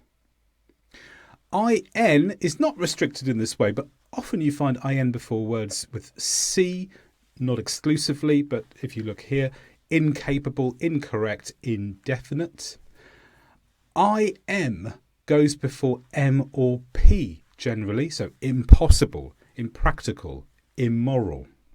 And IR usually goes before words beginning with R. So regular becomes irregular, relevant becomes irrelevant. You can also use non, so nonsense, non-stick. Non is slightly different because non can also be a word in its own right. You can use the word non and then a hyphen and then the word after it to make other words negative too. And then unusual, unfair, unfriendly. So why watch a video about the word become? Well, I've marked thousands of essays from top university students and a lot of them make mistakes with this word. So watch the video and make sure you're using it correctly too. First, we're going to look at what become means, then how should you use it, and finally how you should not use it. And that's particularly important. So make sure you keep watching the video until that part because that might be a really crucial part for you. So first of all, what is become for? Well, generally it's to express changes, and it's particularly used when giving background. Perhaps in an essay, in the introduction, you want to tell the reader how you got to that point.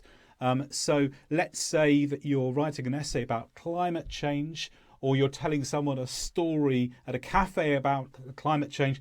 You may start off by saying, well, climate change has become a major issue in recent years. You're talking about what's happened leading up to this point now. It's also used when something comes into existence. So, for example, the lava from a volcano became a new island in the sea. That happens sometimes, doesn't it? So the word become, well, here it's in the past simple, indicates that something came into existence here. So we can use it in that way. And another way that's not so common and quite formal is using it as becoming to indicate suitable behaviour. So maybe someone's not behaving well and somebody watches that person and they say, oh, it's not becoming of you, it's not becoming of them, it's not suitable behaviour for you. So that's what it means. So how do we use it? Well, on this slide, it looks fairly straightforward. So if something happened fully in the past, so we're talking about a change that was fully in the past, then we use the past simple. So for example, climate change became important. If we use it in that way, we're saying that the change all happened in the past, not now. If we want to talk about something from the past up to now, then we use the present perfect. Climate change has become important. It started becoming important a while ago and it's still important now. If it's just focusing on some change happening at the moment, for example, climate change is becoming important, then we're focusing on something happening now with the present continuous form. And finally, in the future, we can use will. We can also use going to, but will is probably more common. Climate change will become important. So we're predicting something that's not true now, but will be true in the future. But focusing on the fact a change is going on. So how do you not use become? And this is where most of the mistakes I've seen come from, because I see a lot of students or speakers using become with the present simple. You can't usually do this. So you need to bear in mind that become usually is talking about a change, and a change is a process. It's not something that's fixed in time. It's not something that happens in the moment. It's a process. And the present simple isn't good for describing processes. The present perfect, the present continuous are much better for describing processes. So we would not say climate change becomes a major issue. We would not say that. We would say climate change is becoming a major issue because we're explaining that there is a process or activity that's happening now, not something fixed. So do not use become with the present simple unless this is something that always changes. So for example, spring becomes summer in the month of June. So this is a change that is regular. Every year, spring turns into summer. So in this case, we can use the present simple, but only then. And a second point, was become. This is just never used. It's not grammatically correct, but I see this used a lot. So if you're tempted to use was become instead of has become, don't do it. It's not right. So there you are. That's the word become. That is when you can use it. That is when you shouldn't use it. And I hope that's been helpful to you today.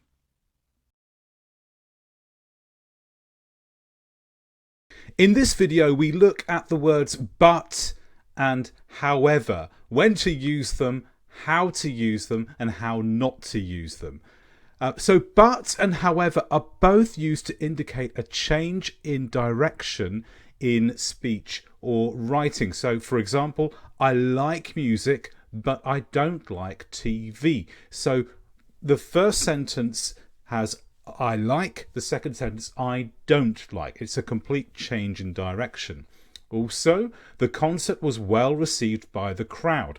However, the reviews were poor. So it's a change in direction. One sentence is well received, the next sentence is poorly received. So they indicate a change in direction in speech or writing. So when or how do you use, firstly, the word but? By the way, if you're watching this channel for the first time, don't forget to click the subscribe button below because we have videos regularly on English grammar that will be useful for you. So firstly, but is used informally to start a sentence. What do I mean by informally? Well, this is the language that you use with friends or when you're being more casual or when you've become familiar with someone. So if you're in an informal situation, it's fine to start a sentence with but. So if you're writing a letter to a friend, someone you've known a long time, starting a sentence with but is absolutely fine. Writing on the internet, on a blog or a forum page, start your sentence with but. It's no problem at all. When it comes to being formal, though, you can only use but in the second example. So in the second example, lower on the page, you can either formally or informally use but to join sentences or clauses. And this is with a comma. So look at the example. The concert was well received by the crowd, comma, but the reviews were poor. So here, when you join two sentences together, you use a comma before the but, and then you change the direction of the sentence. You can do this in any context at all. Letter to a friend or a thesis for your doctorate. It doesn't matter how formal it is or how informal, this is fine every time. You cannot use but at the beginning of a formal sentence. So that's but. However is generally the alternative to but when we are trying to be formal and we want to use the word at the beginning of a sentence. But there's a few extra things to know about however. So however can only be used formally. So if you're giving an academic presentation, or if you're giving a presentation for business to people you don't know, or you're writing for business or academic reasons, this is a great word to use, but not in everyday usage with people you're familiar with. Also, however can only be used in a one-clause sentence. We cannot join two clauses or two sentences in the same way that we can with but. Now, we usually separate, however, by a comma or commas from the rest of the sentence. If you look around the internet, you'll find there is some disagreement about how commas should be used after an introductory word, but in general, most people will advise you use a comma after, however, at the beginning of the sentence. I think that's the best advice, considering all the advice there is out there. And also it can be positioned in various places in a sentence. Have a look at the examples below. However, comma, the reviews were poor. So here it's at the start of the sentence, but you could also put it in the middle. Here it's between the subject and the verb. The reviews, comma, however, comma, were poor. And notice that however is separated from the rest of the sentence by commas either side when it goes in the middle. So there it's between the subject and the verb. And also you can put however at the end of the sentence. The reviews were poor, comma, however. So however is a great word to use if you need to be more formal and you're not joining two sentences together, but there are some restrictions on how it's used grammatically. There's a lot of confusion about when to use less or when to use fewer. This video is going to clarify the rules. First of all, we'll look at the general rules, then exceptions, and then situations when the words are followed by of. Firstly, the general rules. Use fewer with nouns you can count. So, for example, there are fewer spiders in the garden than last year. So spiders is a word we can count. What do I mean? I mean we can say one spider, two spiders, three spiders, four spiders, and so on. We can count the noun. Use fewer with these words. But use less with nouns you cannot count. For instance, there is less water in the pond than yesterday. We cannot count water. We don't say one water, two waters, three waters, four waters. It's what we call an uncountable noun. We can't count it. It's always water. A little bit is water, a lot is still water. Those are the general rules. However, there are some complications. Firstly, some English dialects, such as American, use less with nouns you can count to. So in some countries you would say, there are less spiders in the garden than last year. Less would be used with words that you can go 1, 2, 3, 4 of as well. So yes, less in these countries is used in the same way as fewer. Except this is considered informal. So if you need to be formal, for example, if you're doing work for college or university or business, or you just need to be formal for a particular reason, use fewer. And if you're in doubt, use fewer, because fewer will always be correct. With nouns, you can count, except less is used instead of fewer with some measurements. So, for example, money, distances, weights, we tend to use less. For example, there's less than 10 kilometers to go. I made $5 less this week. We wouldn't usually say I made $5 fewer this week, even though dollars is countable. So often when there is a numerical value, we move towards less rather than fewer. Finally, sometimes we can put of after less and of after fewer. And this is before determiners and pronouns. So these are words like the, those, both, not, your, my, her, his, and so on. So, for example, less of your research was in the article. We wouldn't say less your research. That would be wrong.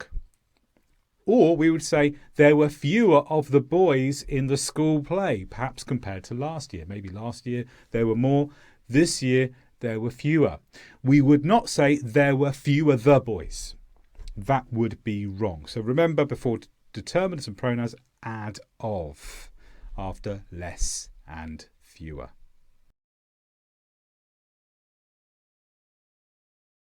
The words here and there seem simple, but there are a number of exceptions and alternative uses that are not often taught.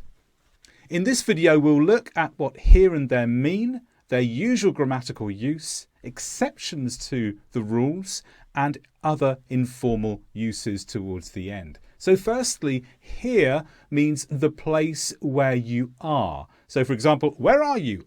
I'm here at the station. Or come here, which means come to me, come to the place where I am. Or you should be here with me at the beach. So again, come to the place where I am. Here is where you are. Here can also represent where you are in time and in life. So it doesn't have to be a physical place. It can be the idea of a place that you're in. So for example, we've got to here in our plans. Let's imagine someone's making plans, they're discussing them, and they're at a certain point in the plan. So that's here. And also here in midwinter, it's cold every day. So here in time, we're in the middle of winter. There, on the other hand, means not where you are. Why are you over there? Come here. Or the photos of the beach look nice. Let's go there. So it means the place where you are not. Another very common use of there is for there is and there are. And that means something completely different. That means that something exists. So for example, there is a beach at the edge of the city. A beach at the edge of the city exists. But we're not going to focus on that usage so much in this video. So what about the grammatical use? So here and there are adverbs, so we can use them in a typical adverb fashion. And that means they don't usually start a sentence. So compare the examples below. We arrived at the beach. We can change that to being we arrived there, but not there arrived us. We can't use there at the beginning of the sentence in the subject noun position.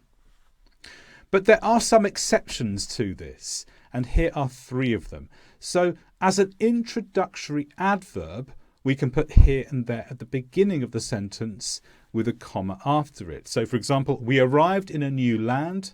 There, comma, we made our home. We can also use inversion to emphasize a word, and looking at the example is helpful here to understand what that means. So in the first sentence, a great role model is in this room. So a role model is a good example of a person to society. A great role model is in this room, and she is standing here. But if you want to put more emphasis on the person, we can reorder the sentence using inversion and bring the woman closer to the front of the sentence where the word gets more emphasis. And we end up with, here is a woman who is a great role model. So remember, with inversion, we use a relative pronoun who, and we connect 2 parts of the sentence together. The bit at the beginning has more emphasis. Here is a woman who is a great role model. And also, when you are making an exclamation for instruction or discovery. So firstly, let's imagine you go to a hotel and someone is showing you to your room, and then you arrive at the room and the person who's serving you says, here is your room, sir, or here is your room, madam. Or the next one is a discovery exclamation. Where's the pen?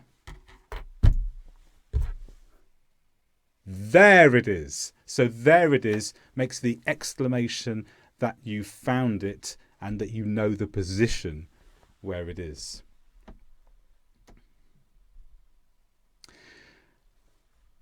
And finally, there are a number of ways that here and there are used in informal English or colloquial English that don't fit the meaning that we would expect them to have at all.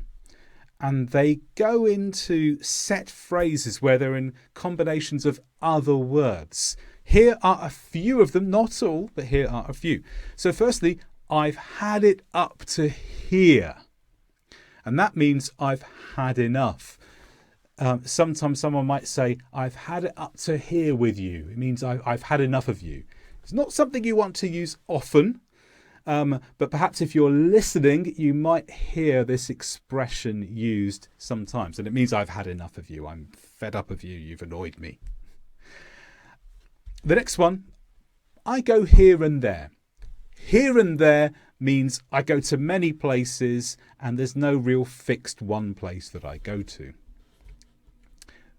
The next one, there, I've done it. Sometimes people use there as an exclamation, as a discourse marker to indicate that they have finished something. This is the moment I've finished. So perhaps you're writing a letter and at the finishing point you put a dot and you say there. And when you say there, that means I've finished. He's not all there.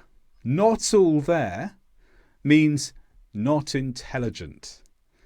So someone might say he's not all there when they want to say, well, they don't have the thinking that I have. There's something wrong about the way that they're thinking. He's not all there. Here we go.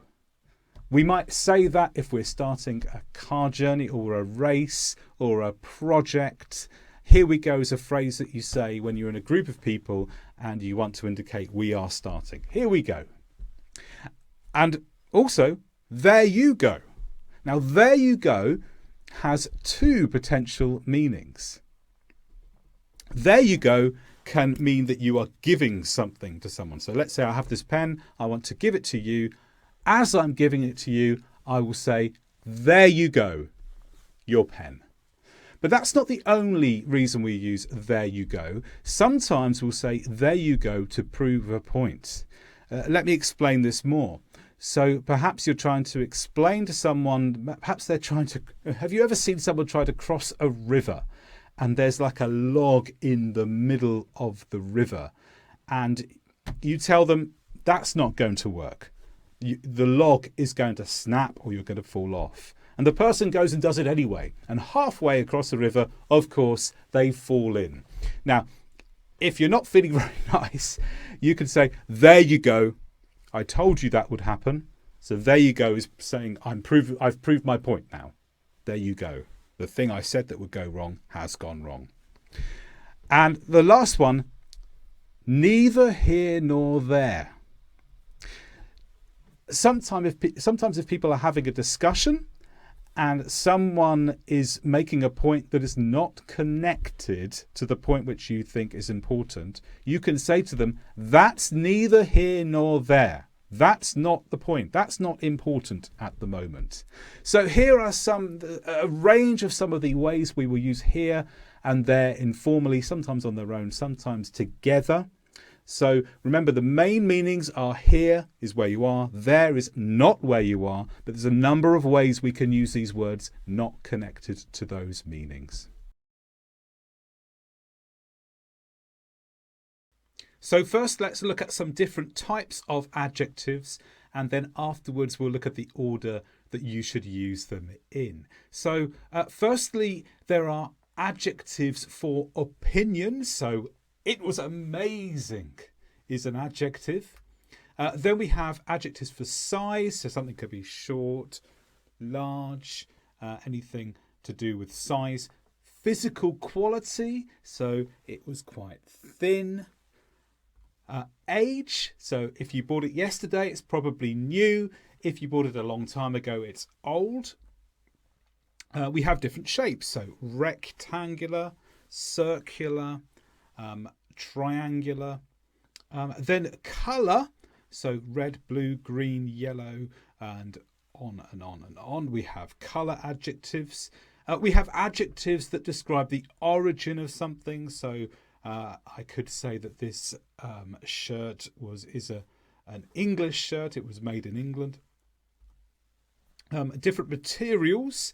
So we can have wooden materials, metallic, plastic, cotton, all different types of materials. Some of these can act as nouns on their own, but they can also act as adjectives to describe something else. And then we have the purpose for something. So, for example, if something is used in fishing, then fishing can become an adjective that describes an object that is used in fishing. So these are broadly 9 categories of adjectives that most adjectives will fall into. But which order should we use them in if we have more than one describing a noun? Well, the order is the order I've presented on the screen here. So opinion would come first, then size, then physical quality, then age, shape, colour, origin, material, purpose. And you have to follow that particular order. It's very unusual to have lots and lots of adjectives. We probably wouldn't have all 9 types in with one noun. But if you have 2 or 3 adjectives, then you must follow the order given here. You cannot change that order in English. Let's look at some examples here. So, for example, let's say that I have an amazing red fishing rod. I would not say I have an amazing fishing red rod. That would be the wrong order. You have to follow this order here. Or maybe if you have a net, it could be a short new rectangular fishing net. You could not say I have a fishing new rectangular short net. That would be following the wrong order. You must follow the order here. Or let's forget all about fishing. What about a grammar course? It's an amazing new English grammar course. It needs to be in that order. Amazing new English grammar course. And on that topic, you can find a link to an amazing new English grammar course in the description below. It's written by me, yes. Sign up to it. I think it's amazing. So that is the order that you must use for adjectives in English. You cannot change that. So whenever you have a noun, you must add adjectives in the order that I have given here. First, let's look at its with no apostrophe, and then afterwards we'll come to its with an apostrophe. So its with no apostrophe is used to show possession for non-personal nouns. And this is where its replaces a previously mentioned noun. The example makes this clearer. The school is small. Its car park only fits 10 cars. So what does its mean here? Its means the school. When we write in English or when we speak in English, often we will replace a noun that is being repeated with it. Or in this case, its. So why do we use its instead of it? Well, it's because this time we're showing that something belongs to the noun that we're repeating. The car park belongs to the school. It is the school's car park. It belongs to the school. And here, it's, without the apostrophe, indicates that the next words belong to the word that it's is describing. The school's car park. So, just to repeat, when we show possession for non-personal nouns, we do not use an apostrophe. It is its, it's without an apostrophe. So when do we use its with an apostrophe, it apostrophe s? Well, its is used to shorten it is. For example, it's a sunny day, which is short for it is a sunny day. There's no possession here at all. Sunny day does not belong to the word it. It's just describing the word it, and we use the verb is in between them. So there you are. If you're using its to show possession, that something belongs to that word, don't use an apostrophe. If you're using its to shorten it is, use the apostrophe, it apostrophe s. Whose or whose? First of all, let's look at whose, W-H-O-S-E.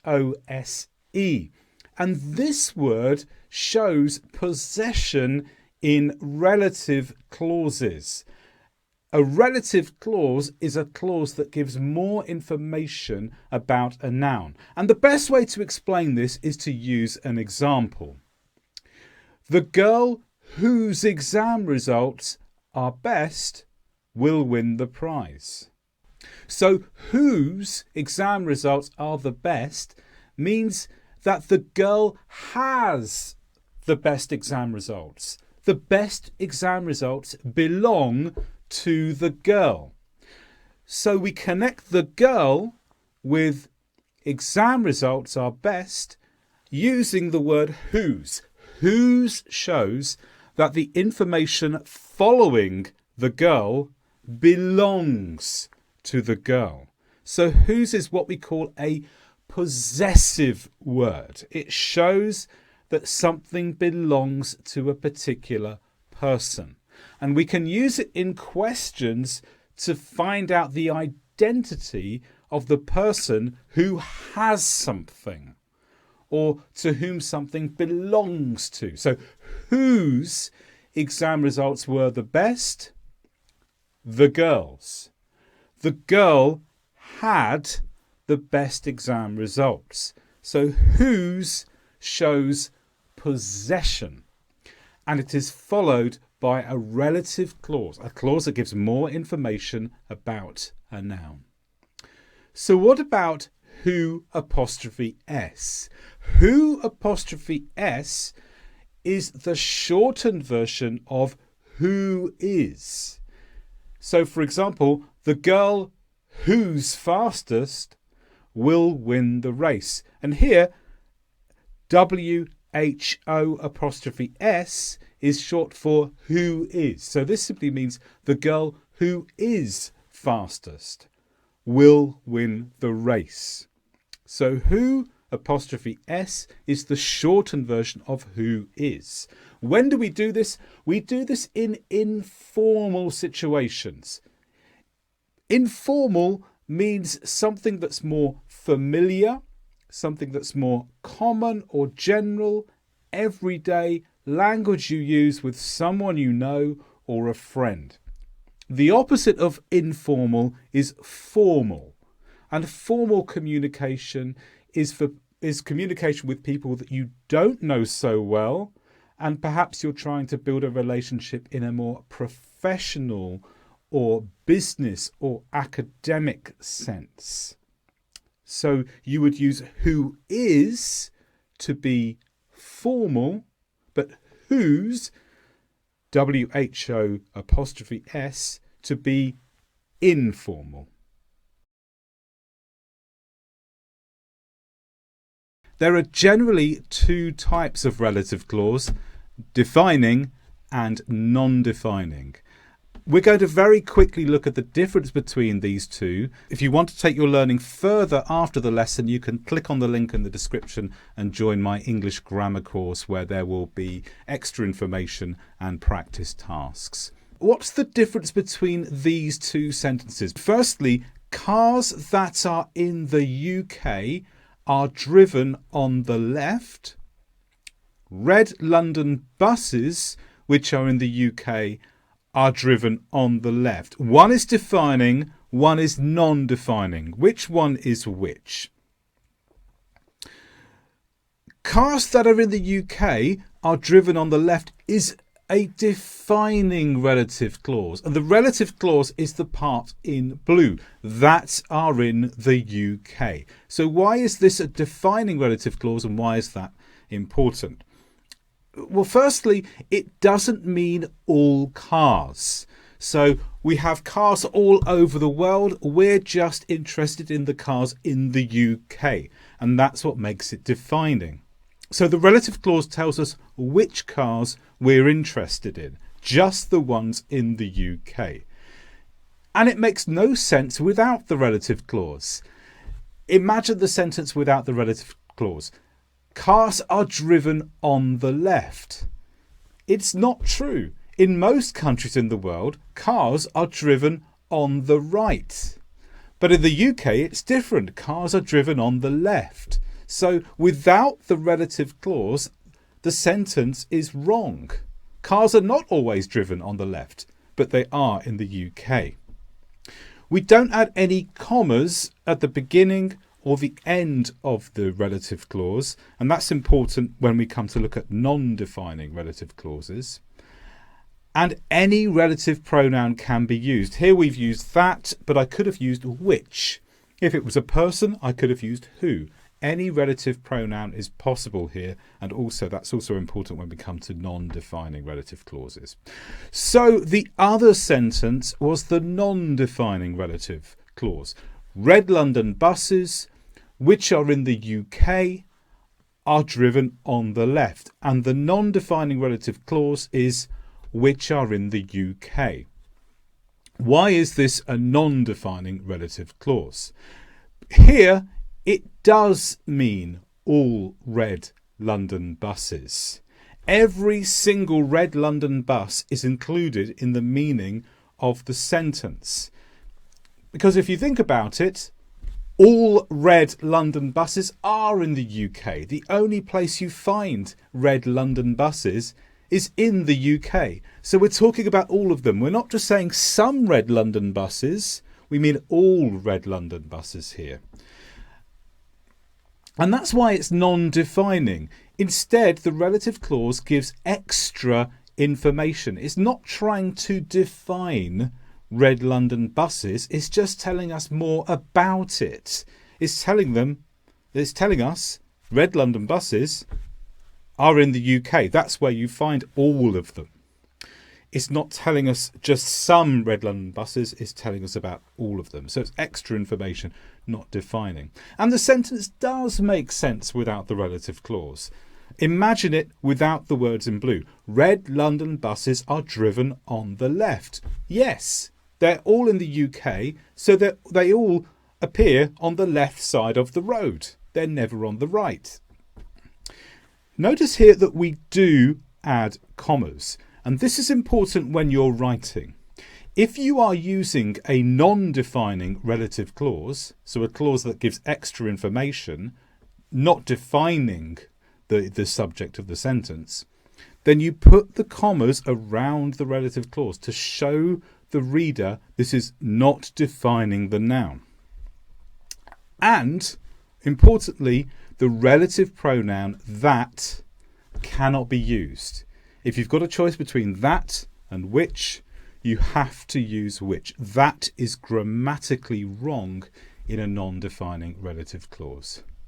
So that's a very quick overview of defining relative clauses, non-defining relative clauses. Make sure you get them right in your writing because it does make a difference.